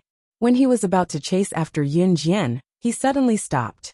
After hesitating for 2 seconds, Hu Chirui turned around and looked at Ningxia, who was standing not far away.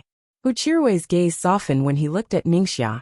He said to Ningxia, stay here and don't run around. We'll be back soon.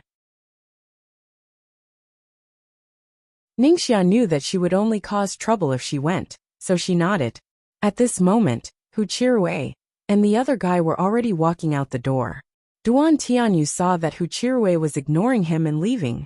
He snorted and followed him out. At this moment, Yun Jian and the others were standing at the entrance. Yun Jian ignored Duan Tianyu and the others who came out with her. Her goal was only to save Eliza. As for what happened to Lin Xiaochu, it was none of her business.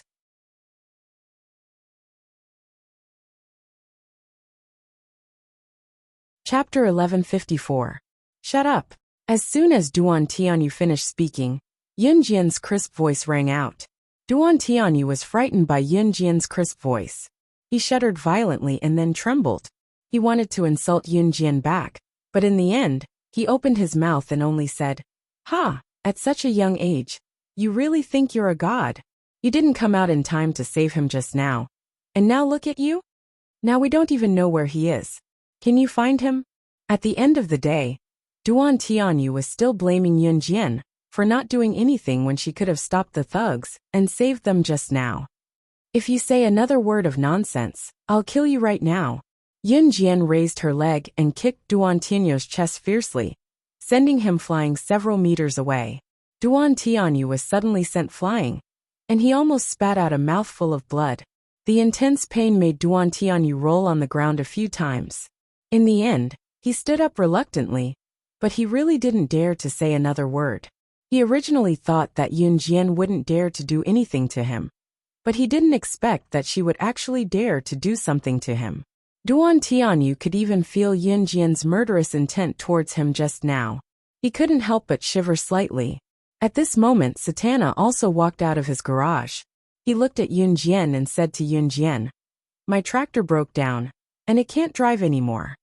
After hearing Satana's words, Yun Jian lowered her eyes. Because it was already a moonlit night, the bright and beautiful moonlight still faintly shone down, brightly illuminating the sand on the ground. Yun Jian could clearly see the tracks on the sand. "Then we'll walk," Yun Jian said to Satana. As she spoke, her eyes were fixed on the sand from beginning to end. There were almost no cement roads in Country A, because there were many deserts in Country A, so the most common road here was sand. Yun Jian looked at the sand on the ground. Then she pointed in a direction and said to everyone, "Let's go this way." "Why did you go that way? What if you went the wrong way?" Duan Tianyu had just been beaten up and learned his lesson. Just as he was about to continue speaking, he suddenly remembered how he had been beaten up by Yun Jian. Duan Tianyu shuddered and shut his mouth. "There are traces of the car's tires running over the sand. If we follow the trail, we'll definitely be able to find it." Wuxia was obviously smarter than Duan Tianyu. He quickly explained. As they spoke, the group of people had already run over there. That group of people is now in Hasa village. They won't go far.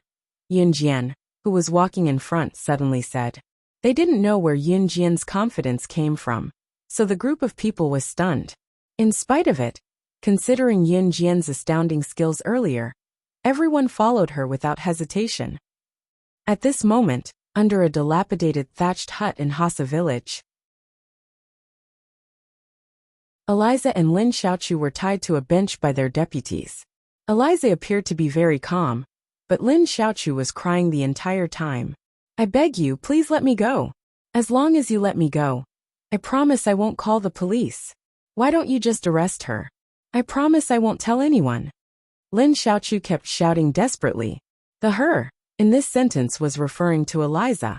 Lin Xiaochu liked to sleep naked, so at this moment, she was wearing only a bra and underwear. Her white thighs made the group of criminals jealous.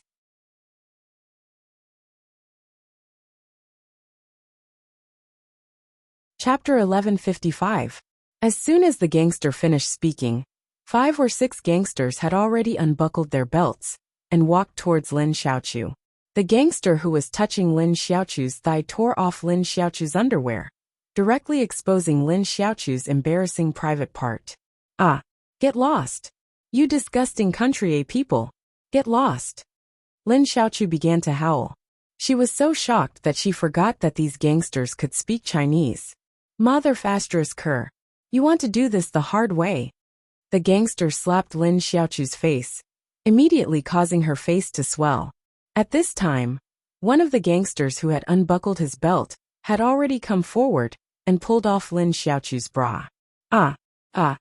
In the end, only Lin Xiaochu's endless screams were left. It was still very late at night. Near the thatched hut, Yun Jian and the others followed the tire tracks and found this place. "It's that van." Huchirue pointed at the van beside the thatched hut. Let's not alert them. As soon as Huchirue finished speaking, Yunjian did not have any intention of hiding her whereabouts and walked in that direction. F***CK. She's crazy. I told you not to alert them. Duan Tianyu saw that Yunjian did not listen to Huchirue, and he could not control his mouth, so he immediately shouted. She'll follow her. Huchirue reacted quickly. He saw Yunjian walking forward and knew that Yunjian must have her reasons, so he did not say anything and followed her. On the other side, Yunjian had already arrived in front of the thatched hut. The door of the thatched hut was only covered by a piece of old wooden board. Standing outside the hut, they could hear Lin Xiaochu's low moans from inside the hut. The candles in the hut flickered. When Yunjian heard the sound, she knew what was going on inside the hut. She lifted her leg and kicked open the old wooden door. As soon as she entered, Yunjian saw a group of gangsters in front of her, wearing only a pair of shorts that covered their lower bodies. They stood by the side and watched with satisfaction as a gangster pounced on Lin Xiaochu's body. Little Chu Lin had been screaming at the beginning, but now she was actually enjoying it a little. When Yunjian kicked open the wooden door, she was shocked to see the gangsters inside. This group of gangsters did not expect Yunjian to find this place. When they saw Yunjian, this group of gangsters quickly retreated to a corner. They did not forget how Yunjian had killed people before. As soon as the thug on Lin Xiaochu's body retreated, Lin Xiaochu didn't even have a piece of cloth to cover her private parts. Huchirue and Duan Tianyu, who had followed closely behind, also saw this scene. Huchirue caught a glimpse of this scene from the corner of his eye. He quickly turned and left. Xiaochu. When Duan Tianyu saw this scene, he roared. However, because he was afraid of this group of gangsters, he did not rush forward. Yunjian pretended not to see anything. She walked straight to Eliza and untied the rope that bound Eliza. Aside from the fact that she had watched a free reality show, Eliza wasn't injured at all. Even when Yunjian walked out of the thatched hut with Eliza, that group of gangsters did not dare to make a sound, because they thought that Duan Tianyu was with Yunjian. This group of gangsters saw that Duan Tianyu had untied Lin Xiaochu and did not make a move. Yunjian had just walked out of the thatched hut with Eliza when suddenly, the sound of a black Lamborghini came from afar. Finally, the car braked and stopped on the spot. One of the two figures who got out of the car made Yunjian smile slightly. Country was a poor country. Hasa village was already considered a big village. A family like Satana's was one of the best in the village. If they could own a tractor, they would be considered rich. Eliza and Satana were stunned by the sudden appearance of this black Lamborghini. Huchirue and the others had also never seen such a high-end sports car. They were stunned.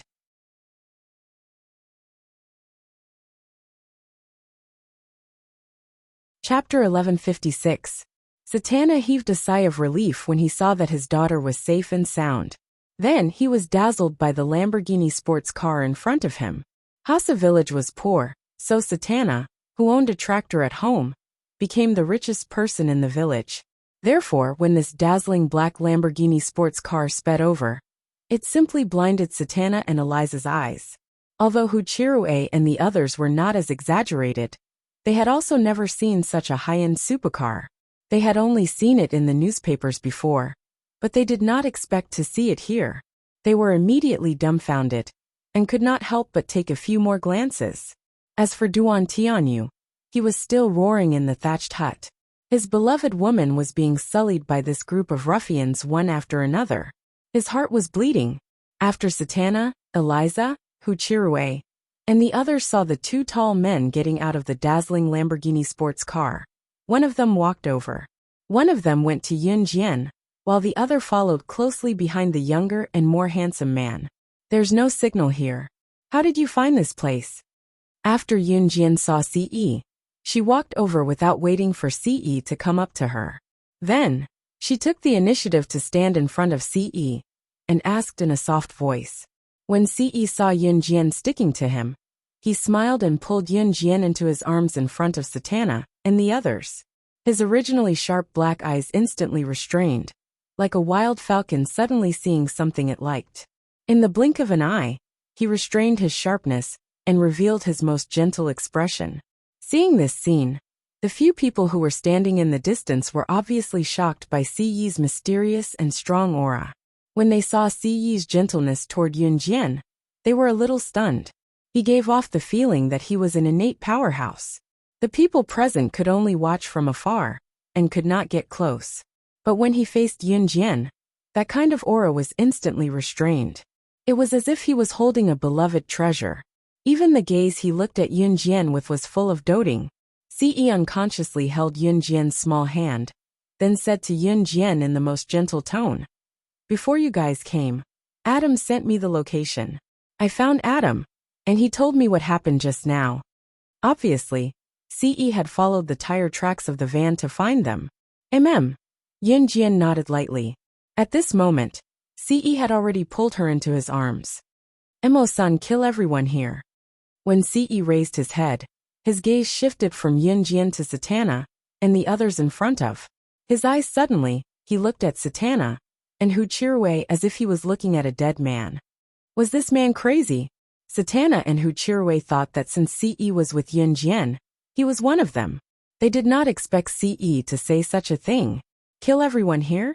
Don't kill them. Kill the group of criminals in the house. Yunjian grabbed Ce's ice-cold hand and said. Yunjian had come here to obtain the legendary sharp knife that could cut through steel like tofu. If Satana died, she would not even know where the knife was hidden. Since it was Satana's family heirloom, it must be hidden in a very secretive place. Don't blame Yunjian for being greedy. Yunjian had indeed stopped Ce because of that knife. I'll listen to you. After hearing Yunjian's words, Ce said gently to Yunjian. Then he reached out and gestured to Emo-san behind him. Emo-san saw this and walked into the straw hut. At this moment Lin Xiaoqiu, who had already put on her clothes, staggered out of the straw hut. Because Lin Xiaoqiu was covered in the smell of criminals, Duan Tianyu did not want to help her up. Not long after, the screams of the criminals begging for mercy could be heard from the hut, as well as the sound of blood splattering everywhere. Satana and the others stood in place with pale faces.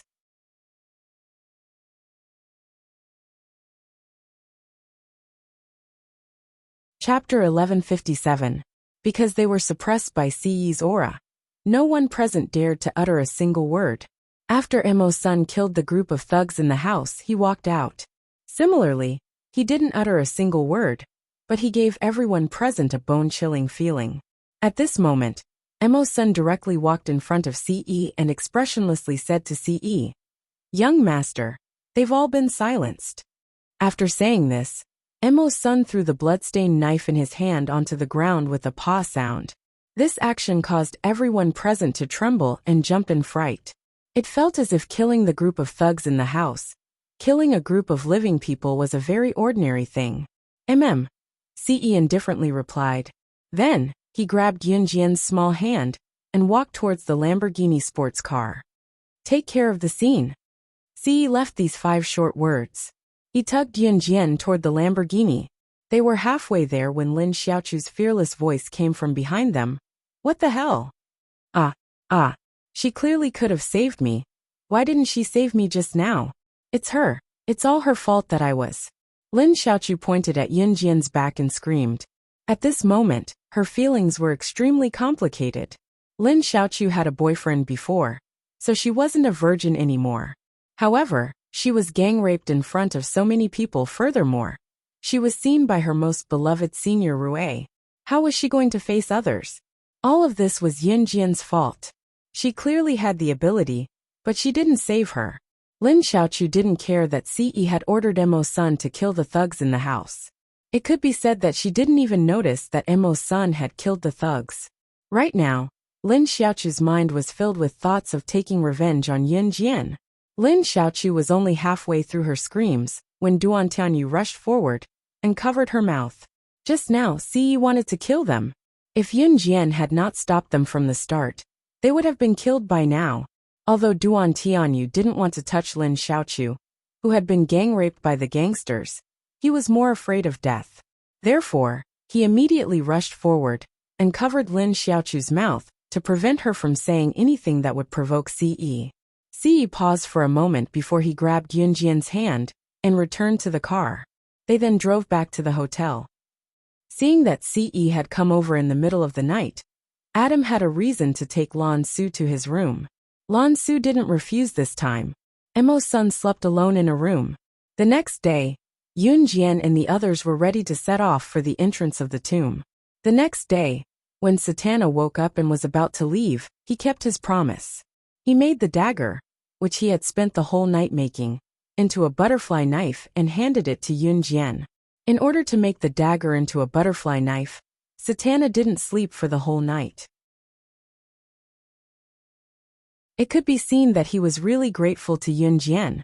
Thank you. Seeing this, Yunjian also thanked him and took the butterfly knife. I hope you can treat our family's heirloom well. This was Satana's only hope. He solemnly told Yunjian. Okay. Yunjian nodded. After that, Yunjian and the others set off for the tomb. On the way, Yunjian disguised Ce, Adam, Lan Su, Emo's son and herself. Not only did the raccoon know how to disguise himself, but she also knew how to do it. With her original appearance, the 5 of them were too outstanding. Therefore, she disguised the 5 of them, including herself, into very ordinary-looking young people. The tomb wasn't far from Hasa village. Just as they approached the only entrance of the tomb, which was a dry well, they saw that there were tents set up all around them.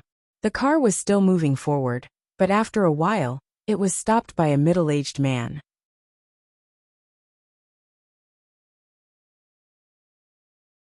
Chapter 1158. The entrance is blocked? Yunjian narrowed her eyes and asked. Yunjian and the rest had disguised themselves as ordinary people. Their appearances were very ordinary, except for their slim figures. Yunjian had disguised herself as a young girl with freckles. Her appearance was very ordinary, the kind that people would not be able to remember even if they looked at her 100 times in a crowd. However, her sharpness did not diminish at all. Yes.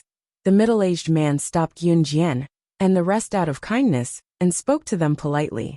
After a pause, the middle-aged man introduced himself and then explained in detail. My name is Lu Guodong, and I'm an archaeologist. Half a year ago, I heard from the people who went into the tomb that there were no more treasures down there. So many people came out. Oh right. I believe you've heard of the rumor that the tomb only allowed people to enter but not leave. Later, the rumor was dispelled by a young girl, and that young girl brought everyone out of the tomb. Only a small number of people were still unwilling to come out. But I heard that there were no treasures down there. About 2 months ago, someone found a jade pendant down there and said that it was an ancient relic. So everyone came here to look for treasures again. It's a pity that they didn't find anything. Who would have thought that there would be a flood 3 days ago? And the huge rocks on the mountain collapsed and blocked the dry well at the entrance of the tomb. The people down there can't come up, and we can't go down either. But don't worry, the excavating engineers said that they can reopen the entrance in 10 days, haha. The middle-aged man, who was the archaeologist named Lu Guodong, was obviously a warm-hearted person. So even if Yunjian and the rest did not ask, he still told Yunjian and the rest in detail.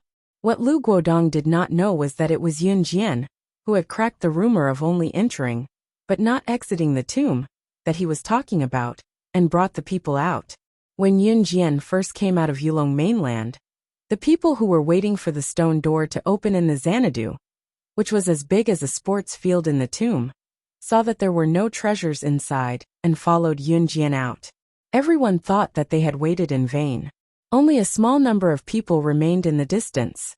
In the end, 2 months ago, someone found a jade pendant.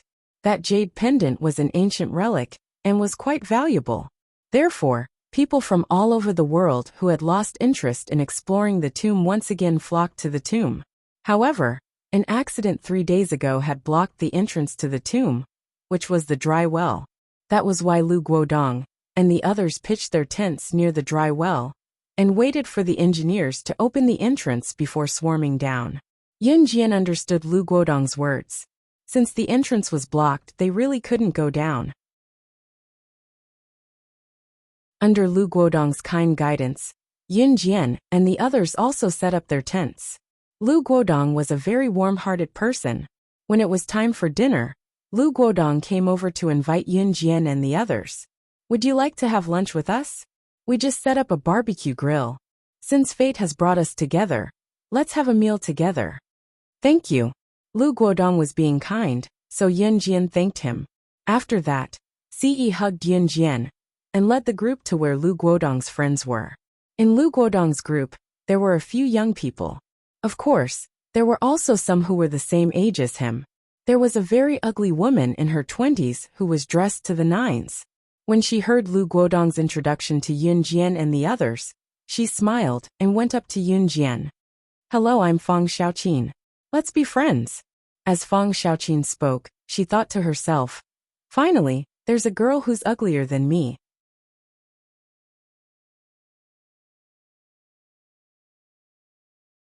Chapter 1159.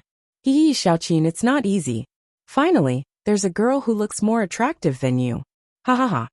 Sitting not far away from Fang Xiaoqin, a rather pretty woman wearing a pair of short jeans and dressed very fashionably said to Fang Xiaoqin in a strange tone. The girl who looked more attractive than Fang Xiaoqin was none other than Yun Jian.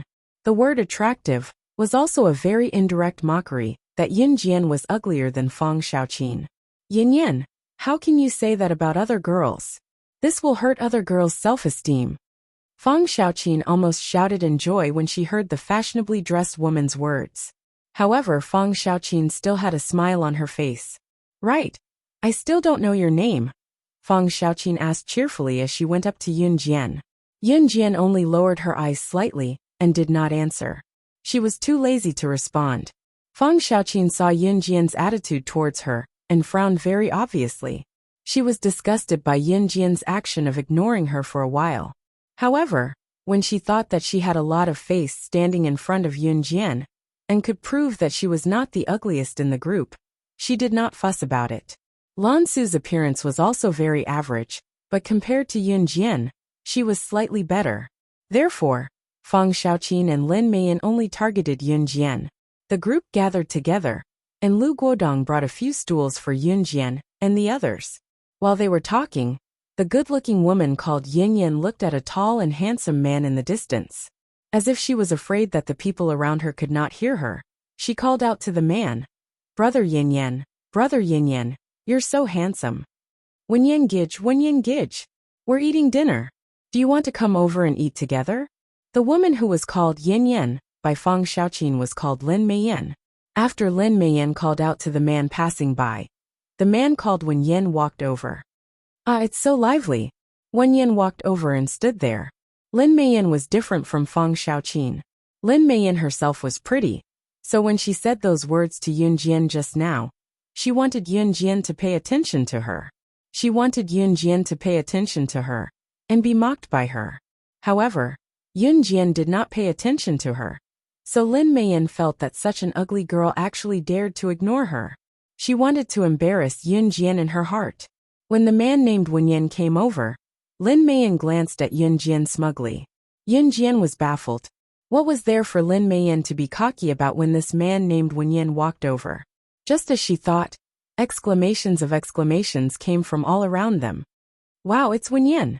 Lin Meiyan is really capable. She made Wen Yin walk over with just a shout. Isn't that so? Who is this guy? He's the one who saw the girl who dispelled the rumor that the tomb only allowed people to leave and not enter. Wow, is that true? Did he really see the legendary girl who let everyone out of the tomb? The group's bragging attracted Yun Jian's attention. Legendary girl? Yun Jian narrowed her eyes, then realized that these people were talking about her. Back then, when Yun Jian led a group of people out of the tomb that only exited but did not enter, the rumors had spread to this extent. Even Wen Yin, who had seen Yun Jian back then, was bragging about it now just because of this. If Yun Jian had not disguised herself, he would have recognized her at a glance. Yun Jian had just narrowed her eyes when she heard Lin Meiyan say, Isn't that so? Brother Wen Yin said that girl was very pretty. As she said that, Lin Meiyan even moved closer to Yun Jian and said in a mocking tone, Little girl, I heard that the legendary girl is about the same age as you. Hee hee. but she is as beautiful as a fairy.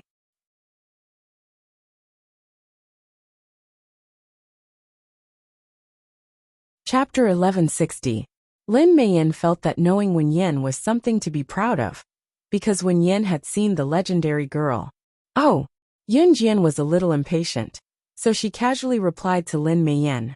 Ce couldn't be bothered with Lin Meiyan, so he reached out and pulled Yun Jian into his embrace. Ce's appearance, after his disguise, was very ordinary.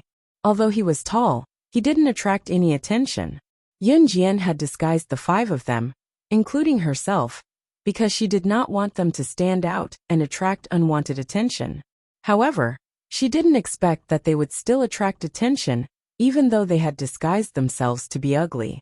Lin Meiyan had only hooked up with Wen Yen not long ago, because Wen Yen had seen the legendary girl.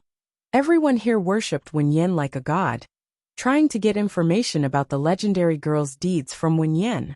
Because of this, Lin Meiyan used the fact that she knew Wen Yen as her pride. So when she saw Wen Yen earlier, she called him over, because she wanted to show off in front of Yun Jian that she knew someone like Wen Yen. However, Lin Meiyan never expected that Yun Jian's reaction would be so calm. This made Lin Meiyan even more unhappy. She cursed in her heart. "You're so ugly, but you don't even give me the reaction I expected." Lin Meiyan became even angrier as she thought about it. She always wanted to teach Yun Jian a lesson. As she thought about it, Lin Meiyan saw Ce pull Yun Jian into his embrace, so she became suspicious. "Are you two boyfriend and girlfriend?" Lin Meiyan asked with a fake smile. "She's mine." When Ce heard Lin Meiyan's words, he didn't even raise his head. He lowered his eyes and looked at Yun Jian, declaring his sovereignty in a very domineering manner. If it was in the past, when such a handsome man like Ce said such things to Yun Jian, the surrounding people would be extremely envious. But it was different this time. This time Ce had an ordinary face. Just like Yun Jian's ugly face, she couldn't be remembered in a crowd. "You two are really a good match. An ugly man with an ugly woman. There was really no one more compatible than you two." Lin Meiyan held back her sarcasm and said sarcastically. Yun Jian and Ce ignored her. Seeing this, Lin Meiyan felt even angrier. However, at this moment, Lin Meiyan's eyes suddenly flickered. She realized that Ce and Yun Jian were probably ignoring her because she was much prettier than them. Thinking of this, Lin Meiyan almost couldn't help but sigh at her own beauty.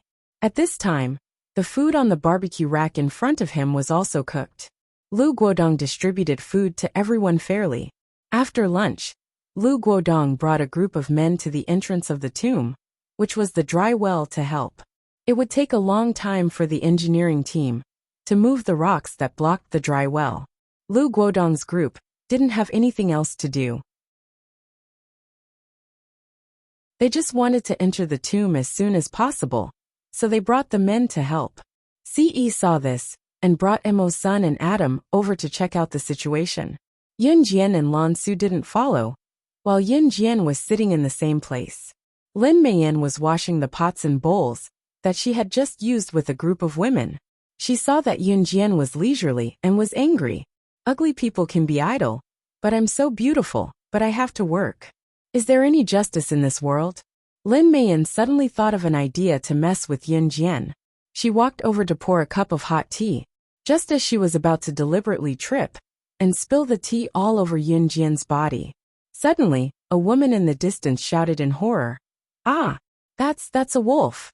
God! How can there be a wolf here?"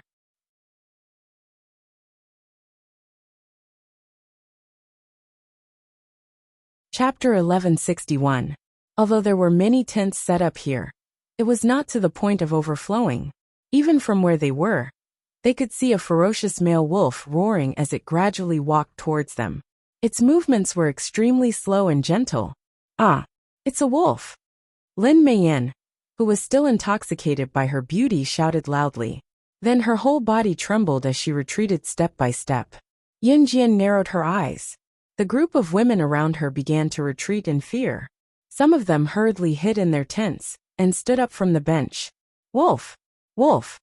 In a moment, the women present all screamed, their faces pale with fright. Coincidentally, the men had followed Lu Guodong to the well to help. Everyone wanted to enter the tomb as soon as possible. They were afraid that the treasures in the tomb would be snatched away by others.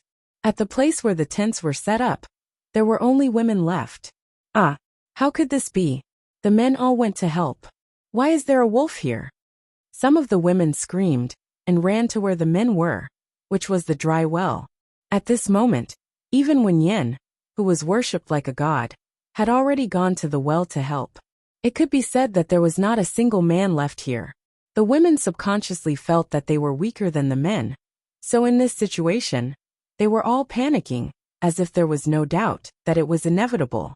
Ah, it is going to coming over. Lin Meiyan was so scared that she grabbed Feng Xiaoqin's clothes tightly.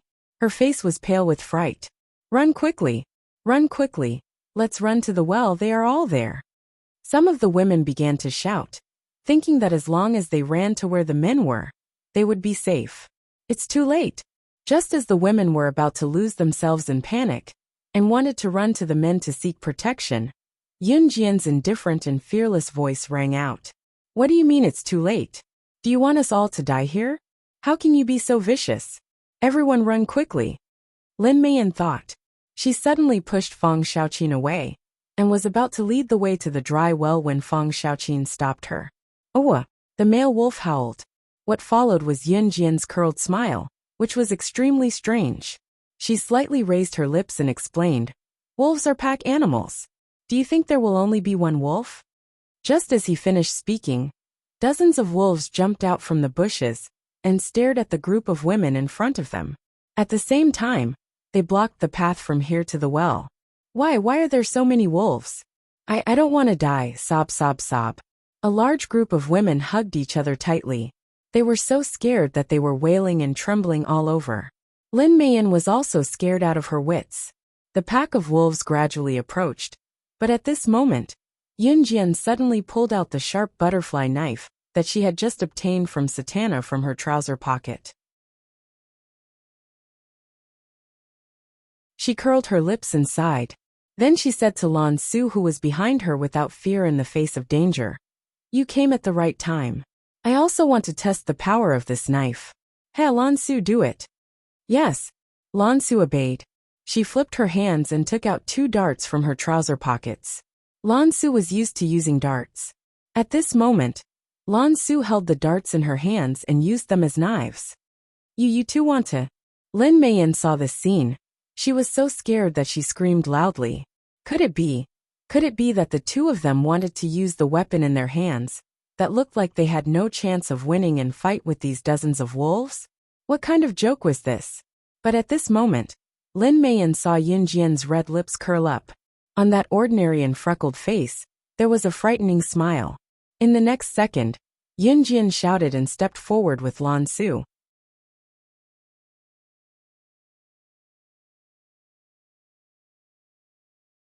Chapter 1162. The moment Lin Meiyan spoke, Yun Jian and Lan Su had already rushed into the pack of wolves with knives in their hands. In Country, there were a lot of ungoverned bushes. Of course, it was precisely because there was no one to govern them that there were a lot of wild animals. Like this pack of wild wolves, they were real carnivores. And at the same time, they were also the rulers of the jungle. Dozens of wild wolves were eyeing the crowd covetously and were already roaring with hunger. It was obvious that these dozens of wild wolves hadn't eaten for a long time. Hungry wild wolves could pounce on their prey without any regard for their lives when they saw them. Their fighting power was absolutely amazing. And Yun Jian and Lan Su were just 2 weak women. In Lin Meiyan's opinion, she felt that Yun Jian and Lan Su were so ugly, and they really thought that they had some heaven-defying ability. They're holding back the pack of wolves, let's run. Lin Meiyan's first thought was to run away, because to Lin Meiyan, if Yun Jian and Lan Su dared to rush up, it meant that they were most likely dead. Just right, this could also buy time for her to escape. However, just as Lin Meiyan was about to turn around and run, she heard a woman's exclamation from the side. Oh my God, she, from the corner of her eyes. She saw that none of the women around her turned around to run.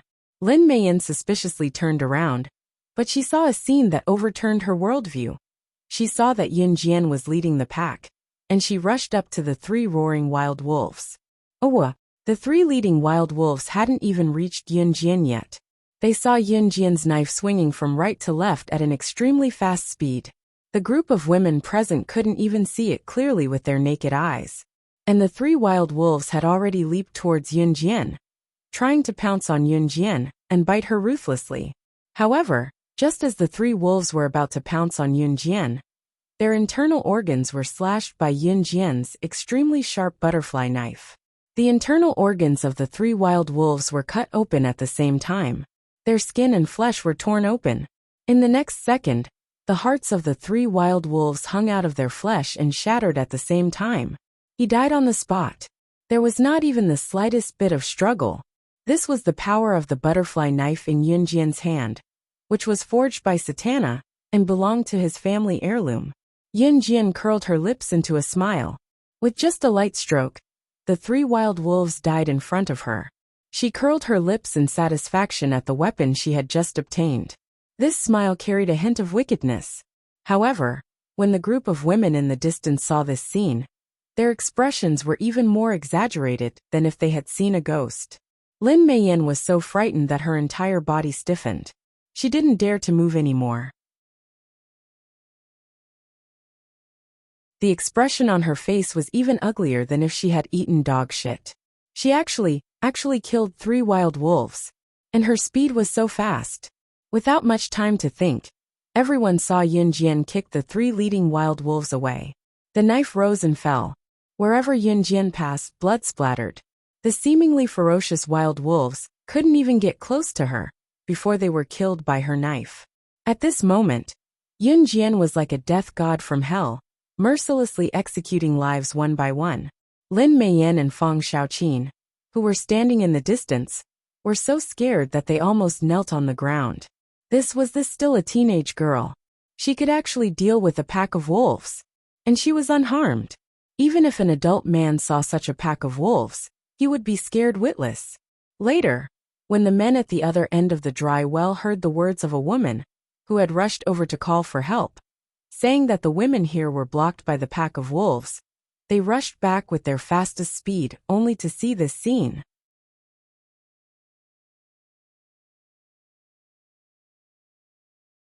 Chapter 1163. Yunjian was currently stepping on the carcass of a wolf that had just died. She bent down and gently retrieved the butterfly knife that was inserted into the wolf's innards, and even chopped the wolf's bones into pieces. Drawing a red arc, she was obviously satisfied with the blade's sharpness. As she pulled it out, she lifted her feet and stood on the ground. Lan Su had killed a few wolves as well, but he did not kill as many as Yunjian. He was not as intimidating as Yunjian just now. Lu Guodong, Wen Yen, and the others who had sprinted back from the old well sucked in a sharp breath. Yunjian's last action just now had hinted that she was the one who had killed the wolves. Am I seeing things? This little girl, she actually killed these dozens of wolves? Oh my god. Is this a joke? There are so many wolves. Even if we made it back in time, we'd have to fight to subdue them. But she and another little girl, these 2 little girls, had actually killed dozens of wild wolves. This was a joke. The people around them began to chatter, their faces draining of color as they spoke. As for the women, they were too frightened to utter a word. The wolves just now had given them too much of a shock. Ce, who had returned from the old well with Adam, and Mo's son, was obviously not worried that something would happen here. Dozens of wolves were ferocious, but to his Xiao Jian, they were completely harmless. Yunjian stood in the middle of a pack of wolf carcasses, surrounded by the fresh blood of the carcasses. Even an adult man with strong willpower would be so shocked by the gory scene that he felt nauseous. He might even be secretly afraid of seeing blood. Looking at Yunjian, however, the girl did not even feel the slightest fear from seeing so much blood and carcasses. It was as if killing so many animals was nothing more than an insignificant thing. In spite of it, no one, be it a man or a woman, dared to approach them. While everyone was still in a daze, a tall silhouette flashed in front of them.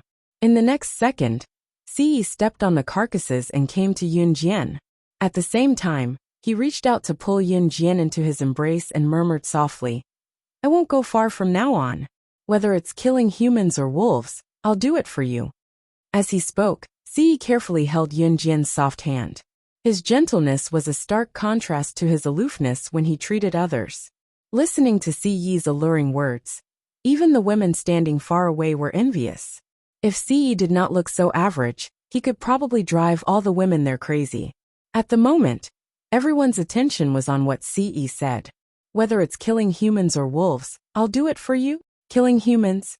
These two words made everyone who reacted to the situation stunned in horror. He could actually say the words killing humans so casually. Pfft, don't flaunt your feelings if you're so ugly. How compatible. Both of them were so ugly, how compatible. After Lin Meiyin recovered from her fear, she saw that Yun Jian and Ce were the center of attention. She was very envious and mocked them. Just as she finished speaking, large droplets of rain suddenly fell from the sky. It's raining? Someone reached out to catch a large drop of rain and asked in surprise. At this moment, the rain gradually became heavier.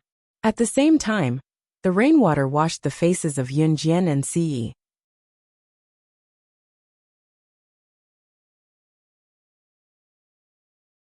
Chapter 1164. Just as Lu Guodong finished speaking, everyone's gazes turned towards Yun Jian and Ce's group of 5. They didn't even care that they were still drenched in the rain when it started raining. They saw that Yun Jian and Ce's faces were disfigured by the rain. After a while, everyone could feel that Yun Jian, Ce, Lan Su, Adam, and Mo Sin's faces had a thick layer of skin peeled off. Young madam, what's going on? Adam reached out to wipe his face in front of everyone's astonishment, and a thick layer of skin peeled off. Adam naturally knew that he was in disguise. He only asked Yun Jian why this thing would fall off. This thing isn't waterproof, Yun Jian explained.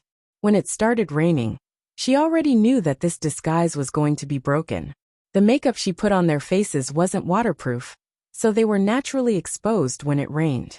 Yun Jian's original intention wasn't to disguise herself. It was just to avoid attention. In the end, she didn't expect that even though her disguise was ugly, it still attracted attention. She felt helpless. What do you mean by what isn't waterproof? What are you saying, ugly? Lin Meiyin was getting more and more annoyed with Yun Jian's words. She stood on the spot and didn't see Yun Jian clearly. However, when she heard Yun Jian's beautiful voice, she thought that the heavens had given Yun Jian a beautiful voice, but didn't give her a beautiful face. How great would it be if she had such a beautiful voice? That way, she would become a beautiful woman with a beautiful voice. However, just as Lin Meiyin finished speaking, she saw Yun Jian use the rain to wipe her face. Then, she revealed a face that was completely different from the one that was so ordinary that no one would be able to recognize her. This face was very delicate and pretty, exquisite to the extreme, small and beautiful.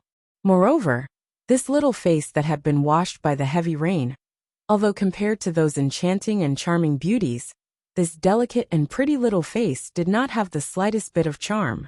However, this delicate face was many times more beautiful and pleasing to the eye than those enchanting and charming faces.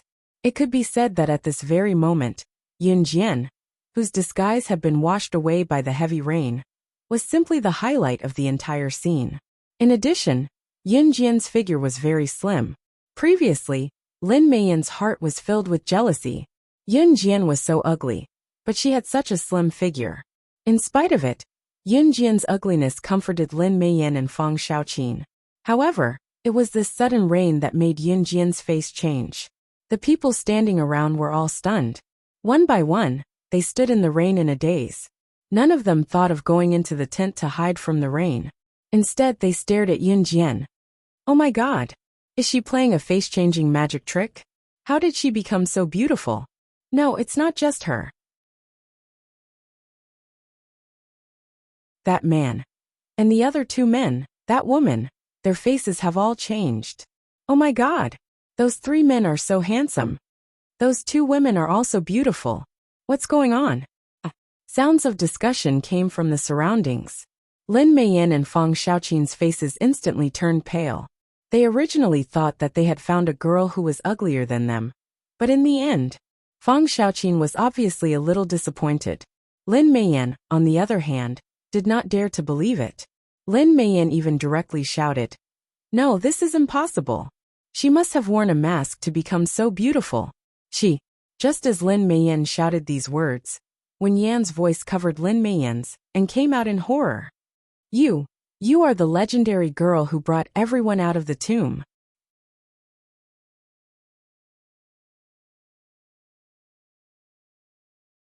Chapter 1165. If Lin Meiyan had suspected that Yun Jian must have done something to make herself beautiful, then Wen Yan's words had completely destroyed Lin Meiyan's theory. Wen Yan was the most popular one, because he had seen the girl who had dispelled the rumor of only entering, but not leaving in the tomb. And now, under the rain, Yun Jian and the other four revealed their original stunning appearances. But after revealing their original appearances, Lin Meiyan had said that Yun Jian had become so beautiful because she wore a mask. The surrounding people were almost misled by Lin Meiyan's words. After all, could there really be such a beautiful girl in this world? Yun Jian's beauty gave people the illusion that she shouldn't exist in this world. But Wen Yan's words directly refuted Lin Meiyan's words. And what attracted everyone's attention was, Wen Yan actually said that Yun Jian was that legendary girl? Heavens! How was this possible? Now that they knew that Yun Jian was so beautiful, they once again found out that Yun Jian was actually that legendary girl. Lin Meiyan's expression was worse than if she had eaten dog shit. Her face was tense and trembling, and the corners of her mouth were twitching. And what was even more shocking was that not only was Yun Jian's appearance so outstanding, Ce, who was standing beside her, had removed his disguise and was now even more handsome than before. There was actually such a beautiful girl and such a handsome man in this world. At the beginning, Lin Meiyan had not only ruthlessly attacked Yun Jian and Ce's appearance, she had even used the derogatory term compatible to describe them. Lin Meiyan had even bragged about that legendary girl in front of Yun Jian, saying that the legendary girl was as beautiful as a fairy. What she meant was that she wanted to tell Yun Jian that an ugly girl like her was an eyesore in this world. And now, when she found out that Yun Jian was that legendary girl, Lin Meiyan felt as if she had been slapped to the ground by an invisible hand. The more arrogant Lin Meiyan was before, the more embarrassed her expression was now. As for Fang Xiaoqin, who had wanted to get close to Yun Jian and make herself look prettier, she didn't look any better. What was different from everyone else's dumbfounded expression was that Ce, the center of attention, was getting close to Yun Jian. At this moment it was raining heavily. After the rain had blurred the makeup on their faces, Ce reached out and pulled Yun Jian into his embrace. He held Yun Jian completely in his arms and used his firm chest to shield her from the strong wind and heavy rain. "Don't get caught in the rain. Let's go into the tent," Ce said gently.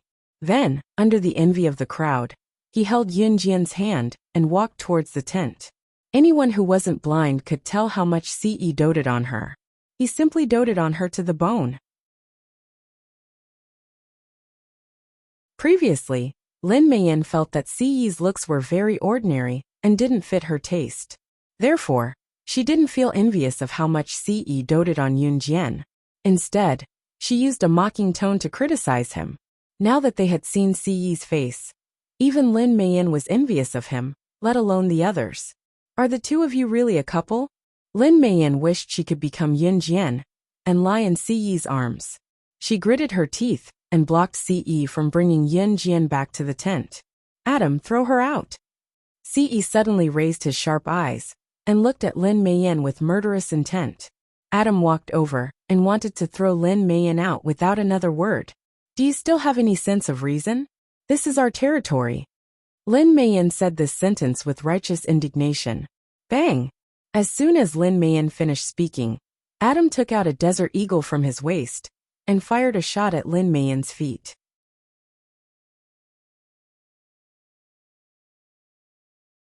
Chapter 1166. After saying that, Adam didn't shoot Lin Meiyan's head. Instead, he held the gun and fired several shots at Lin Meiyan's feet. Bang! Bang! Bang! Bang! Lin Meiyan was so scared that she turned around and ran. She didn't dare to have any other improper thoughts. Next time you see her, just kill her, Ce said to Adam. Then, she held Yunjian's hand and walked into the tent. Hearing Ce's words, which treated human lives like grass, the people standing around all trembled. They were obviously shocked by Ce's words. Even after Ce and Yunjian entered the tent, the people around them were still unable to react for a long time. Good shot. That woman deserved a lesson. At this moment, Lan Su walked to Adam's side. She had always maintained her cold appearance, but at this moment, she revealed a shy smile. Lan Su's smile almost melted Adam's heart.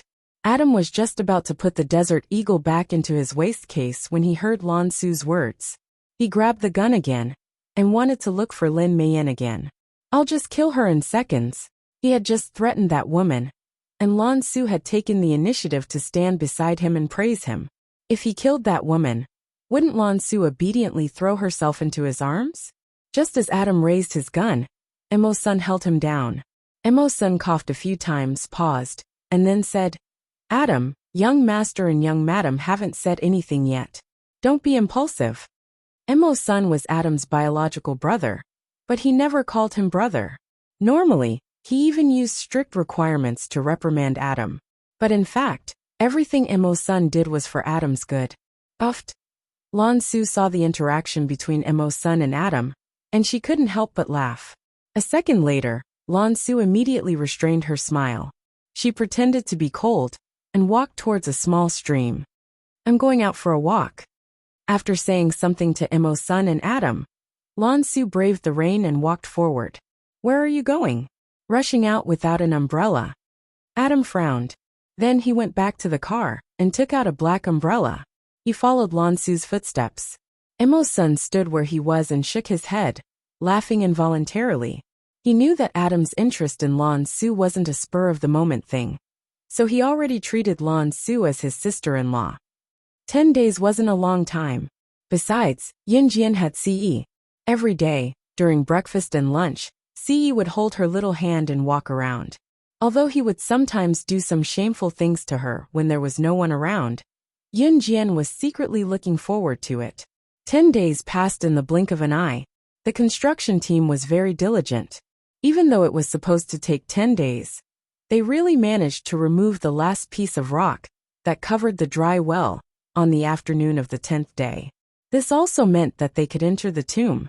From the beginning to the end, Lu Guodong didn't look down on Yunjian and the others. When the dry well was opened, Lu Guodong ran over to tell Yunjian and the others. Everything was ready. Lu Guodong and the others planned to enter the tomb with Yunjian and the others. Yunjian didn't refuse. Just when Yunjian and the others were ready, Lu Guodong and the others were also ready. A woman's voice sounded, Hey, it's you guys? Yunjian turned around and saw that the people who appeared in front of her were Ningxia, Hu Chirue, and the others who she met in Hasa village some time ago. Originally, Yunjian had a good impression of Ningxia and Hu Chirue, but the premise was that they didn't go with Lin Xiaoqiu and Duan Tianyu. Yeah. When she heard Ningxia ask her, Yunjian still responded. Hu Chirue was very smart. He looked at Lu Guodong and asked, Hello, we also want to enter the tomb. Can we go together? Hu Chirue knew that Lin Xiaoqiu and Duan Tianyu had a dispute with Yunjian, so he could only ask Lu Guodong and the others. Only then could they peacefully enter the tomb together. Sure, let's go together. There's strength in numbers. Lu Guodong smiled politely. Yunjian naturally didn't care. After all, the final destination of the 5 of them was different from this group of people.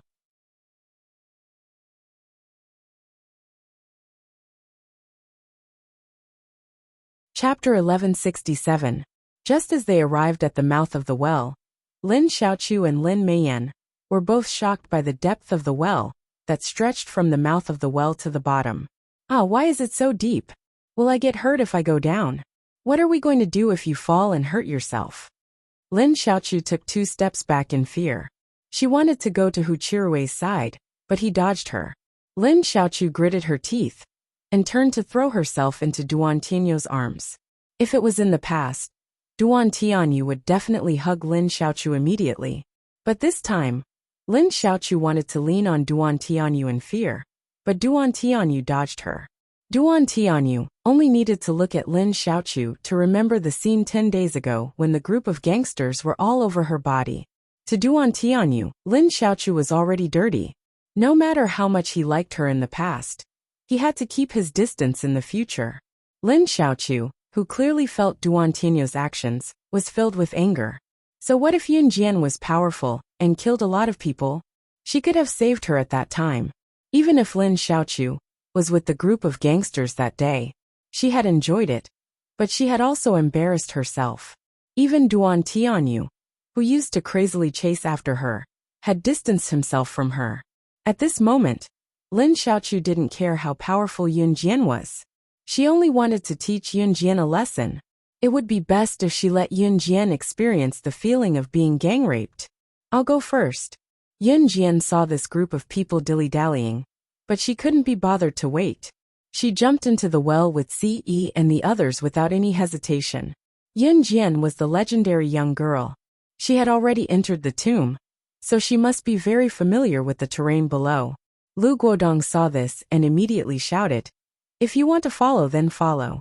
If you don't want to, you can go back now." As he spoke, he also jumped down. Perhaps because Lu Guodong was older, he was more persuasive. So when Lu Guodong spoke, the voices of people like Lin Xiaochu, who were complaining, instantly disappeared. Yun Jian had been here before, so she was naturally familiar with the terrain here.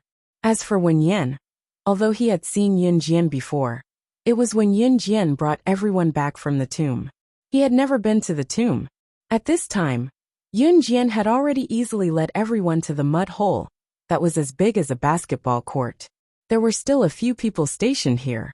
It seemed like some of them were still waiting for the stone door to open. Lu Guodong and the others were surprised to see such a large mud cave. After all, none of them had entered the tomb, nor had they seen this paradise. At the front of the mud cave, the stone door and the cave beside it were still there. Legend had it that after waiting here for a year, the stone door would open, and behind the stone door would be another world. Unfortunately, some people had already waited for a year, but the stone door showed no signs of opening. At this moment, the only place they could pass through quickly without having to wait was this cave. However, the cave was riddled with traps. Even a fly would not be able to enter. When Yun Jian brought people out of the tomb, the legend of the cave and the stone door was no longer a secret. Yun Jian had just arrived when she turned to Lu Guodong and said, "Let's part ways here." When Lu Guodong heard this, he was confused. "Where are you going?" Back then, the legendary girl who had led the people out of the tomb had also passed through the stone cave with monstrous mechanisms. This matter had not been spread out. Lu Guodong and the others did not know. Yun Jian pursed her lips and smiled. She walked towards the cave with Ce and the others. When Lu Guodong saw this, he was shocked. "I heard that all the assassins on the International Assassin chart died in that cave. Could it be that you want to?" Just as Lu Guodong's words were shocking, Wen Yan, who was in the know, said something that terrified everyone present.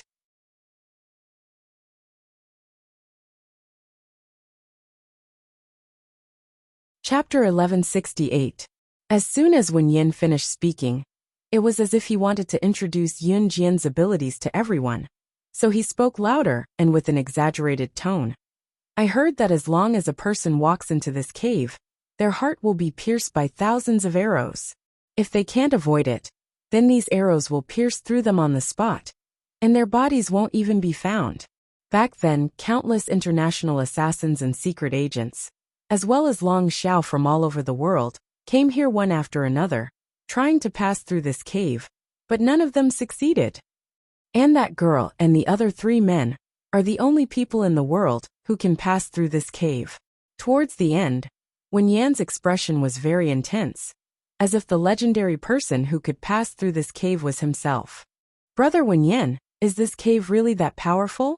A group of people were following closely behind Yun Jian's group of 5 towards the cave. Hearing Wen Yan's words, Lin Meiyan couldn't help but ask. From Lin Meiyan's tone, it was clear that she didn't really believe Wen Yan's words. Just based on this cave, Could it really be that powerful? So many international bigwigs couldn't pass through it? Only Yun Jian's group could pass through? Although Yun Jian's skills were really shocking, Lin Meiyan didn't really believe that Yun Jian and those 3 men could pass through the cave that even other international bigwigs couldn't pass through. Brother Wen Yan, what you're saying is probably just hearsay, right? Lin Meiyan asked again. It's hearsay, but I'm sure that it's all true.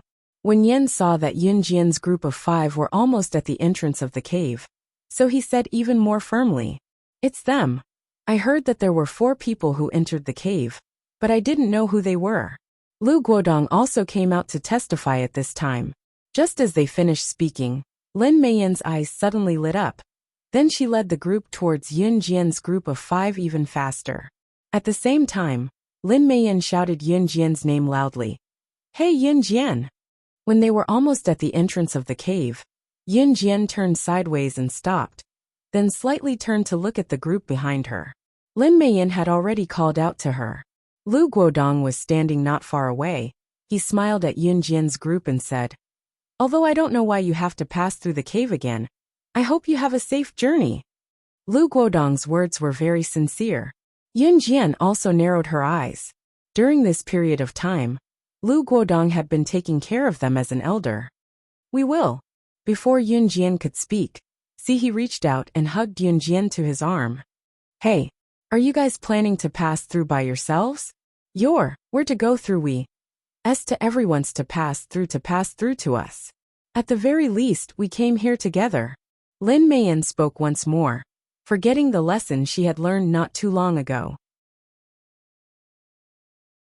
When, as to say, this, to be, to say, to Lin, to turn to walk be. What a joke! If you don't know how to bring anyone, then what about that woman? Since Brother Wen Yan said that only the 4 of you pass through this cave, if you don't bring her, how can that woman pass through? Lin Meiyan seemed to have heard the funniest joke in the world. She pointed at Lan Su and spoke very confidently. However, before Lin Meiyan finished speaking, there was a stranger who had been waiting here for the stone door to open for a long time. After looking around Lan Su for a long time, he finally looked at Lan Su and said, Aren't you the woman who came out of this cave a few months ago? We didn't see you enter the cave, and you were wearing ancient clothing, could it be?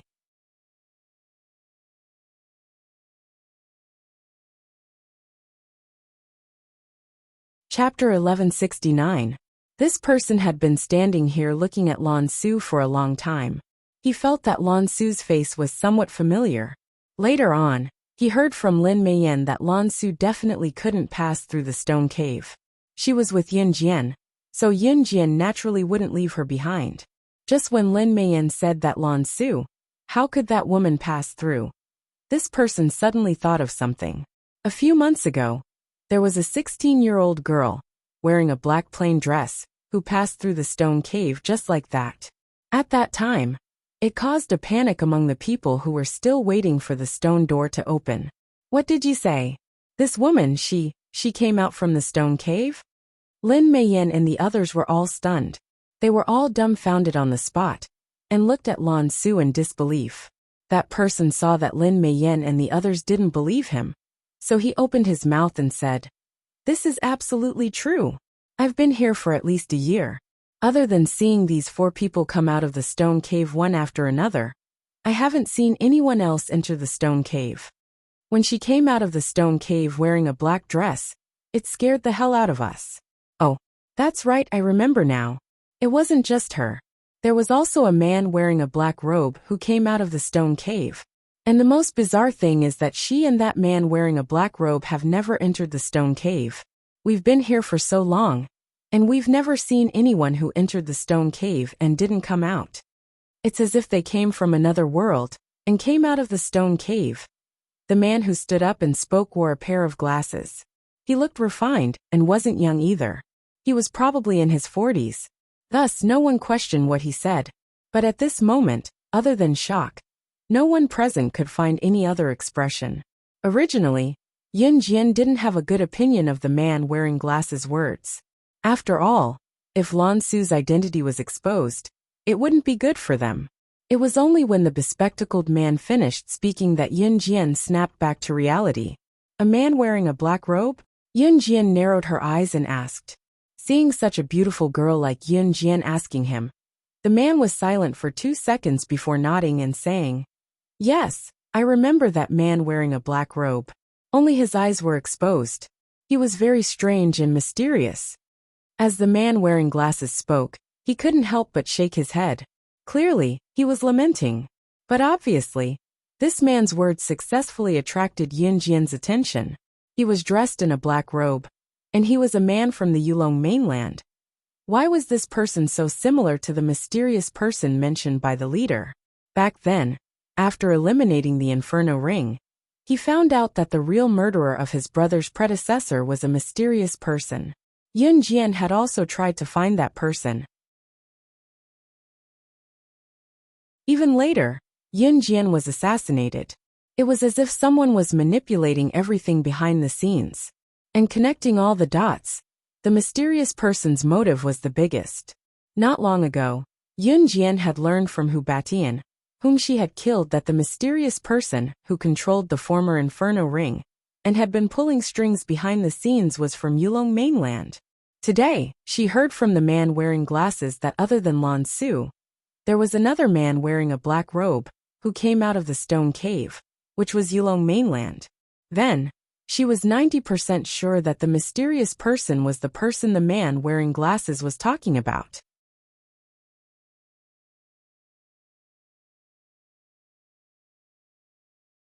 Chapter 1170.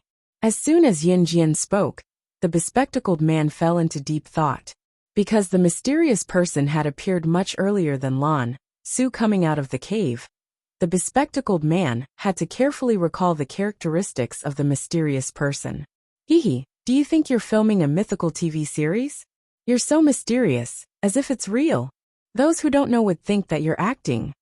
Seeing that Yun Jian had successfully attracted the attention of a circle of people, Lin Xiaochu remembered that she had been humiliated because Yun Jian didn't save her in time. Therefore, Lin Xiaochu angrily opened her mouth, trying to embarrass Yun Jian at this moment. When Lin Meiyan heard Lin Xiaochu's words, it was as if she had suddenly found a helper. So this girl also hated Yun Jian so much. After Lin Xiaochu finished speaking, Lin Meiyan agreed. That's right. She's so mysterious. What other world? What? This is a lawful society, an era where science is advocated. We're not filming a TV series. Can you be more normal? Don't act like you know everything. Lin Meiyan and Lin Xiaochu, both of whom had the surname Lin, were like a family. Very quickly, they began to attack Yun Jian together. Yun Jian only slightly narrowed her eyes, but her eyes were fixed on the bespectacled man. She seemed to be waiting for the bespectacled man's reply. Oh, I remember now. That mysterious person didn't have a right pinky. At that time, he wrapped himself up tightly, but when he raised his hand, I saw that he didn't have a pinky on his right hand. The bespectacled man suddenly thought of this, and quickly said to Yun Jian. After hearing this, Yun Jian and Si looked at each other. Then she curved her lips and said to the bespectacled man, Thank you. After saying this, Yun Jian and the other four turned around and walked towards the cave. They completely ignored Lin Xiaochu and Lin Meiyan. Hey, you're leaving just like that. You guys. Lin Meiyan saw that Yun Jian and the rest did not even look at her. Just as she was about to say something, Yun Jian and the rest had already arrived at the entrance of the cave. Then, with Yun Jian taking the lead, the five of them quickly flashed into the cave, dodging the flying arrows almost instantly and disappearing from everyone's sight. The five people's nimble movements made everyone's eyes widen. They really went in. When Lin Meiyan saw Yun Jian and the other four enter the cave, the flying arrows began to move recklessly. She almost cried out in shock. Just from the frequency of the flying arrows, even the people standing in the same place could feel that it was impossible to pass through this cave. Right? Lin Meiyan felt a deep fear. If it was him, even if he was being carried by Yun Jian, he would have been so scared that he wouldn't dare to move when he saw those mechanisms. Would he be pierced by thousands of arrows? Just thinking of this scene, Lin Meiyan shuddered violently. When the others saw this scene, their expressions also changed slightly. Even the bespectacled man took a deep breath, then opened his mouth in front of everyone's eyes and said, "I've been here for a long time, and all the people who tried to enter the cave before were all pierced by thousands of arrows. Those people were all pierced by at least 100 flying arrows, and even their corpses exploded in an instant. Those 5 young people are indeed capable. That skill, it's simply not something that a human should have." The bespectacled man's exclamation made Lin Meiyan and Lin Xiaochu's hair stand on end and tremble.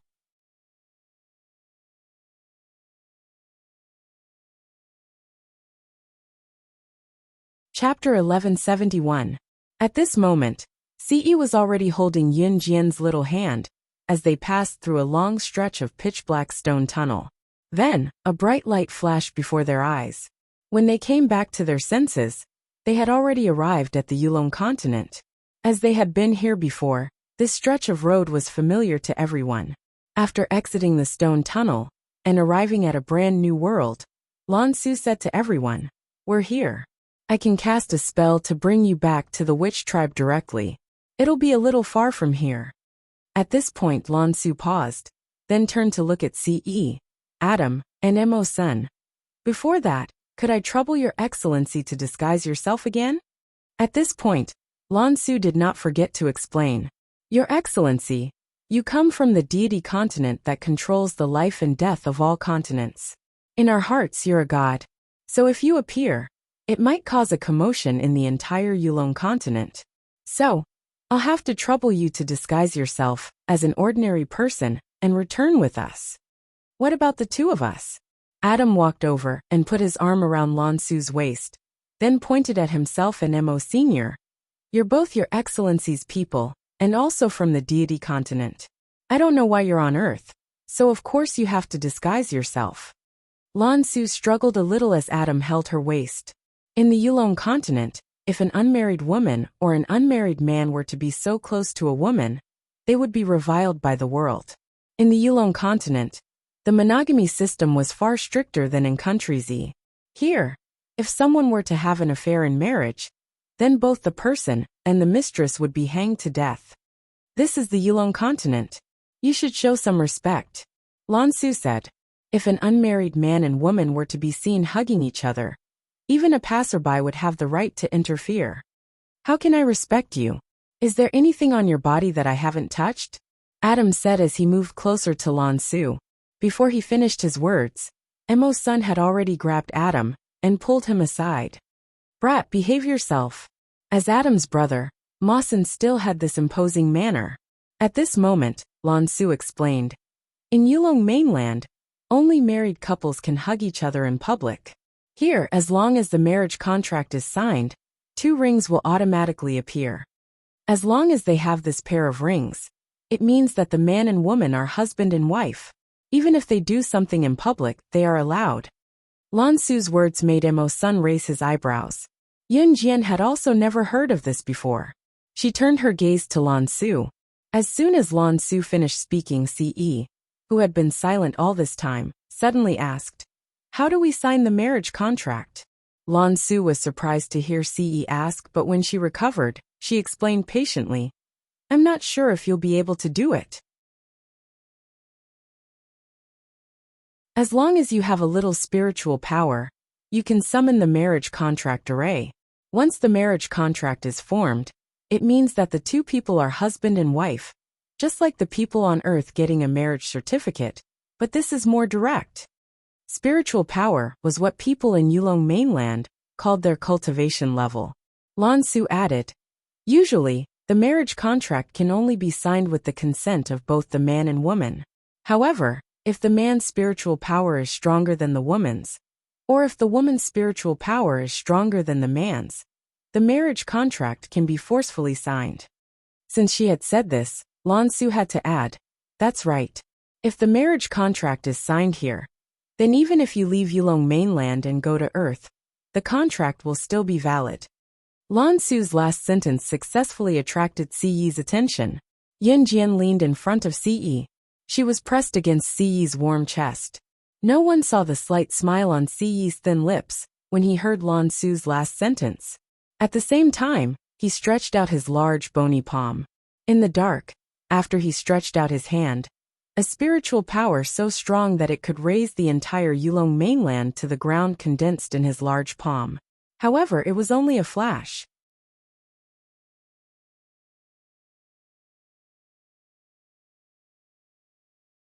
Chapter 1172. Yunjian leaned against Siyi's chest, so she didn't see the slight smile on Siyi's lips. We can set off now, Yunjian said at this moment. Yunjian didn't think that what Lan Su said was important, so she interrupted them.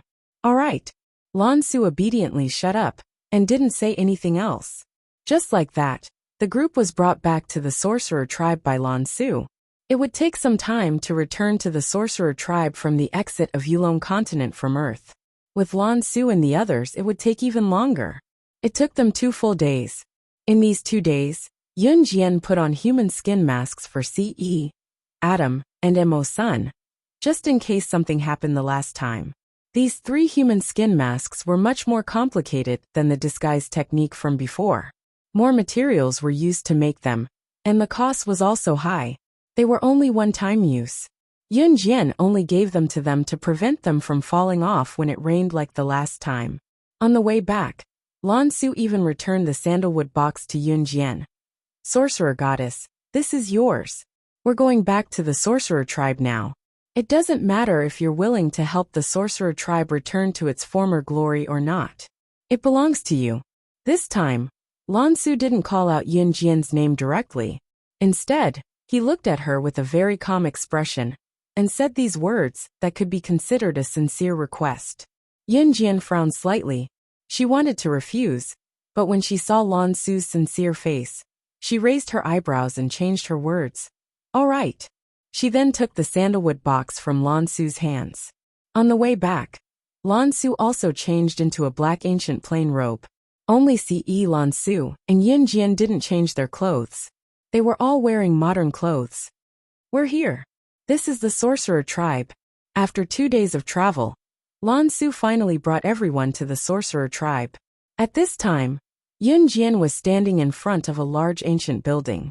This large ancient building was different from the houses of any dynasty left behind on Earth. Its size and grandeur were so great that even the shamans who had fallen would still be shocked by this magnificent ancient building. The entire hall of the sorcerer tribe was covered by a layer of darkness. If there were any experts or scholars here, their eyes would probably pop out of their sockets. This was because the main hall of the sorcerer tribe had been built for thousands of years without any cracks. More importantly, the main hall of the sorcerer tribe was not built with any soil or cement that existed on Earth. Judging from its composition, it was easy to tell that it did not belong to Earth. The first thing Yunjian saw when she raised her head was a huge crystal ball lying on the ground in front of the large building, which was also the front of the sorcerer tribe's main hall. No one was taking care of it. It wasn't that no one was taking care of it, but that no one dared to take care of it. That was something left behind by the sorcerer god. Let's go in. Lan Su took a deep look at the shattered pieces of the huge crystal ball, then led the way in. Yunjian replied softly. Thus, the group continued to move forward. However, before they could reach the center of the sorcerer tribe's main hall, a group of people around the same age as Lan Su stopped Lan Su. They were dressed in black ancient clothing. The leader of the group was a clean-looking young girl. At this moment, she was boldly blocking Lan Su's way. This young girl was different from Lan Su. She was born not long ago, but Lan Su had lived for thousands of years. She, as well as the group of young boys and girls behind her, had never seen the sorcerer god's true appearance. Thus, when the young girl saw Yunjian, she was only stunned by her beautiful appearance. However, the young girl looked at Ce and the other two indifferently. Finally, she looked at Lan Su and mocked.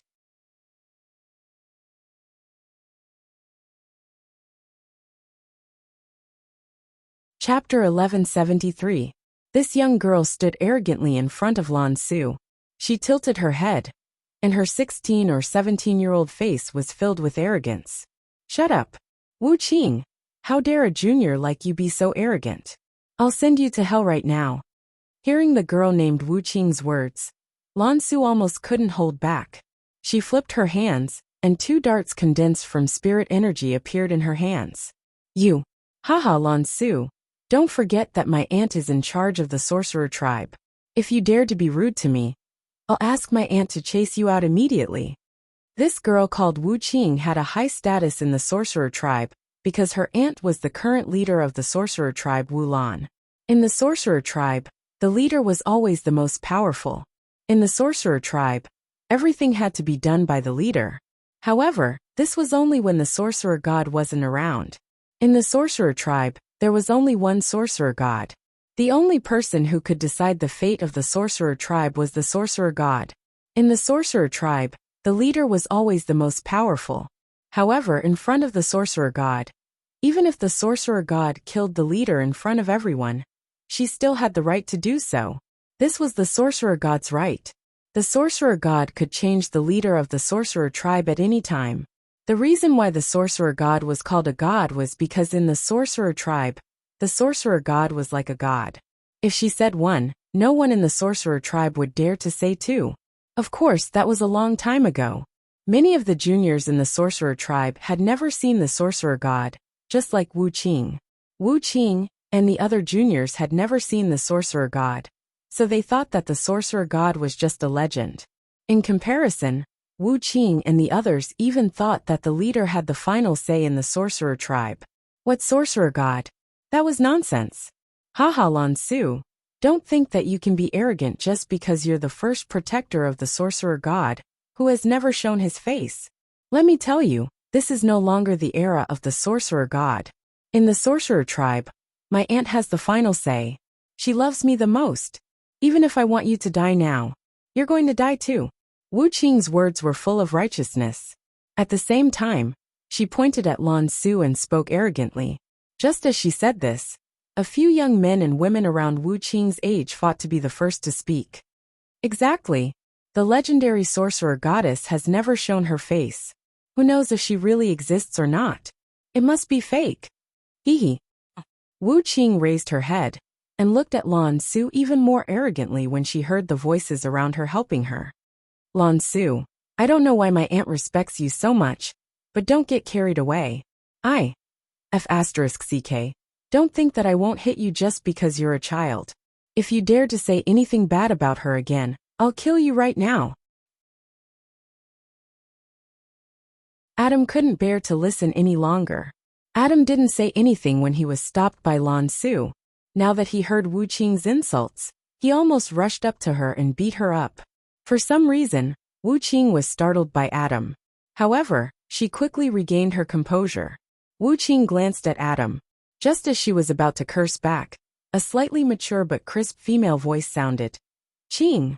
Wu Qing immediately turned around when she heard the voice. Aunt. Wu Qing was very happy when she saw the woman who suddenly appeared. Now that her aunt was here, she could vent her anger.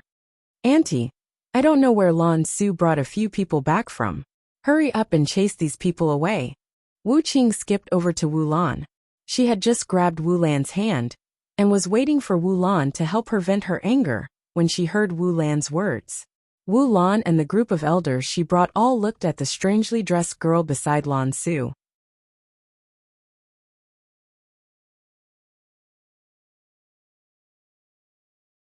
Chapter 1174.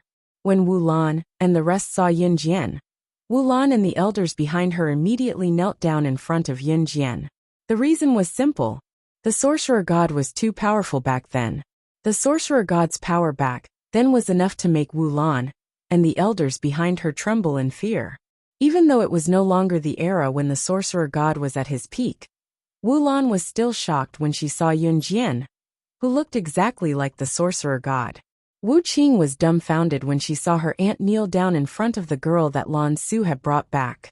In the sorcerer tribe, every person who was born was taught a philosophy. As long as the sorcerer god was around, the sorcerer tribe would definitely prosper. One day, the sorcerer god would return and lead the sorcerer tribe to the top of the Yulong mainland. The sorcerer god had once promised that he would return after 1,000 years. After 1,000 years, the sorcerer god would definitely return. Wu Qing had been taught this philosophy since she was young. She dared to say this because she had never seen the sorcerer god in person and thought that he was just a legend. However, when she saw her aunt, whom she had admired since she was young, and who was always high and mighty in front of everyone, actually kneeling before the peerlessly beautiful young lady beside Lan Su and addressing her as the sorcerer goddess, Wu Qing was completely dumbfounded. Wu, sorcerer god. Aunt, what did you say? She is the sorcerer god? No matter how unhappy she was, Wu Qing still turned to look at Yun Jian and asked Wu Lan in shock in front of everyone. Not only Wu Qing, but even the group of young men and women standing behind Wu Qing were all dumbfounded. Qing, or don't be rude. If you point your finger at the sorcerer god again, you will be expelled from the sorcerer tribe. When Wu Lan saw her niece pointing at Yun Jian, she quickly stood up and grabbed Wu Qing's hand, kneeling down in front of Yun Jian with Wu Qing. Seeing that the sorcerer tribe leader was so scared that she directly knelt down in front of Yun Jian, the group of juniors of the sorcerer tribe were so scared that they all knelt down one by one. This was the reputation of the sorcerer god. These juniors might not know, but Wu Lan had been the clan leader for thousands of years. Wu Lan and the elders behind Wu Lan clearly remembered what the sorcerer god had done in the past. When the sorcerer god was alive, the sorcerer tribe would prosper. When the sorcerer god was dead, the sorcerer tribe would fall. Therefore, Wu Lan and the others were extremely respectful towards the sorcerer god. Yun Jian stood in front of a group of people. She narrowed her eyes and watched as the group of people knelt before her. When Lan Su, who was standing beside Yun Jian, saw this, she also turned around and walked towards Yun Jian. Then, she gently placed her hands in front of her chest and bowed deeply towards Yun Jian. At the same time, Lan Su shouted in a very emotional tone, I, the sorcerer god, am upholding the promise from 1,000 years ago. 1,000 years later, I return to the sorcerer tribe. Sorcerer god, sorcerer god, sorcerer god. With the sorcerer tribe leader Wu Lan leading the group of people gradually shouted. In an instant their shouts shook the sky. Yun Jian looked at the scene in front of her and felt that it was déjà vu. However, at this moment, a woman dressed as a maid suddenly rushed over from the side. After the woman rushed here, she lay on the ground as if she was paralyzed and spat out a mouthful of blood. Before she fainted, she shouted her last words, Master, I'm sorry.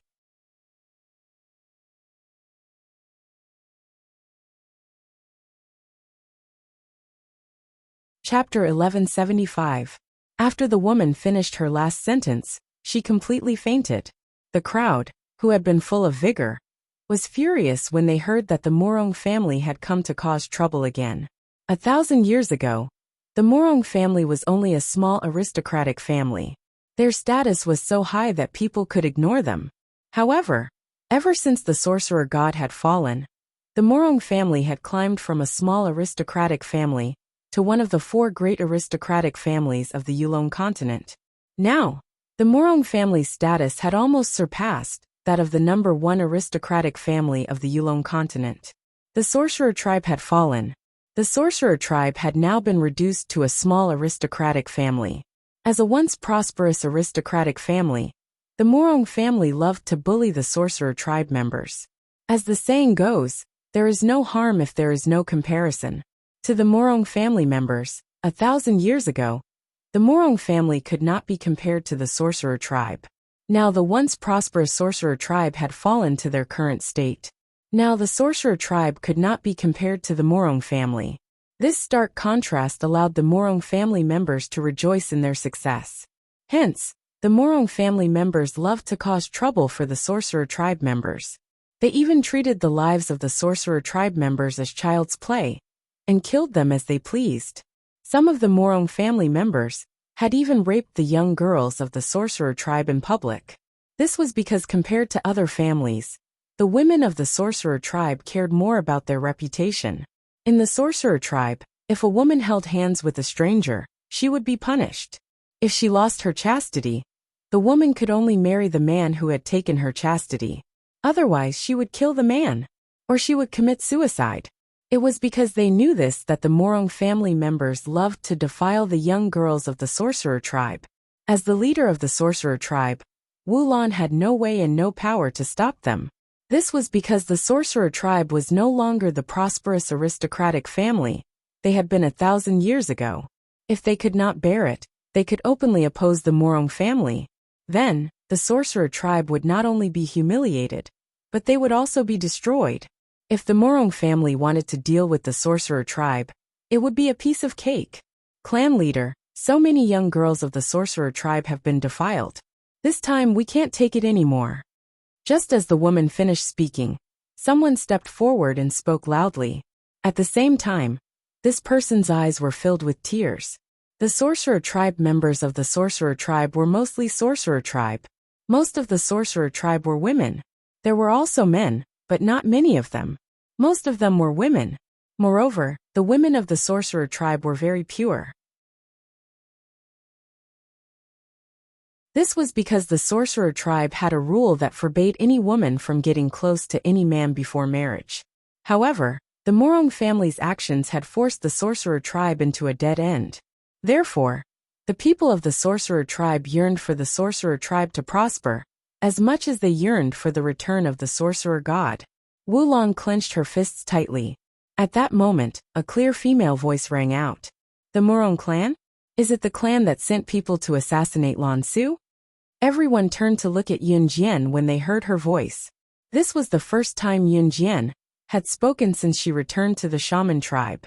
Everyone looked at Yun Jian. Lan Su, who was standing in front of Yun Jian, nodded. Yes, the Morong family was the one who sent people to assassinate me. But in the end, Adam blocked the knife and the gun for her, and suffered a very serious injury. Hearing Yun Jian speak, everyone turned to look at her. You're tuning in to the Li Mei's Wuxia Whispers YouTube channel. We're so grateful for your support. And don't forget to subscribe to join us on this incredible journey through captivating stories. Your generosity through donations truly makes a world of difference, as it's the primary source of revenue that allows me to expand and enhance this channel for you. Thank you from the bottom of my heart for being a part of this adventure.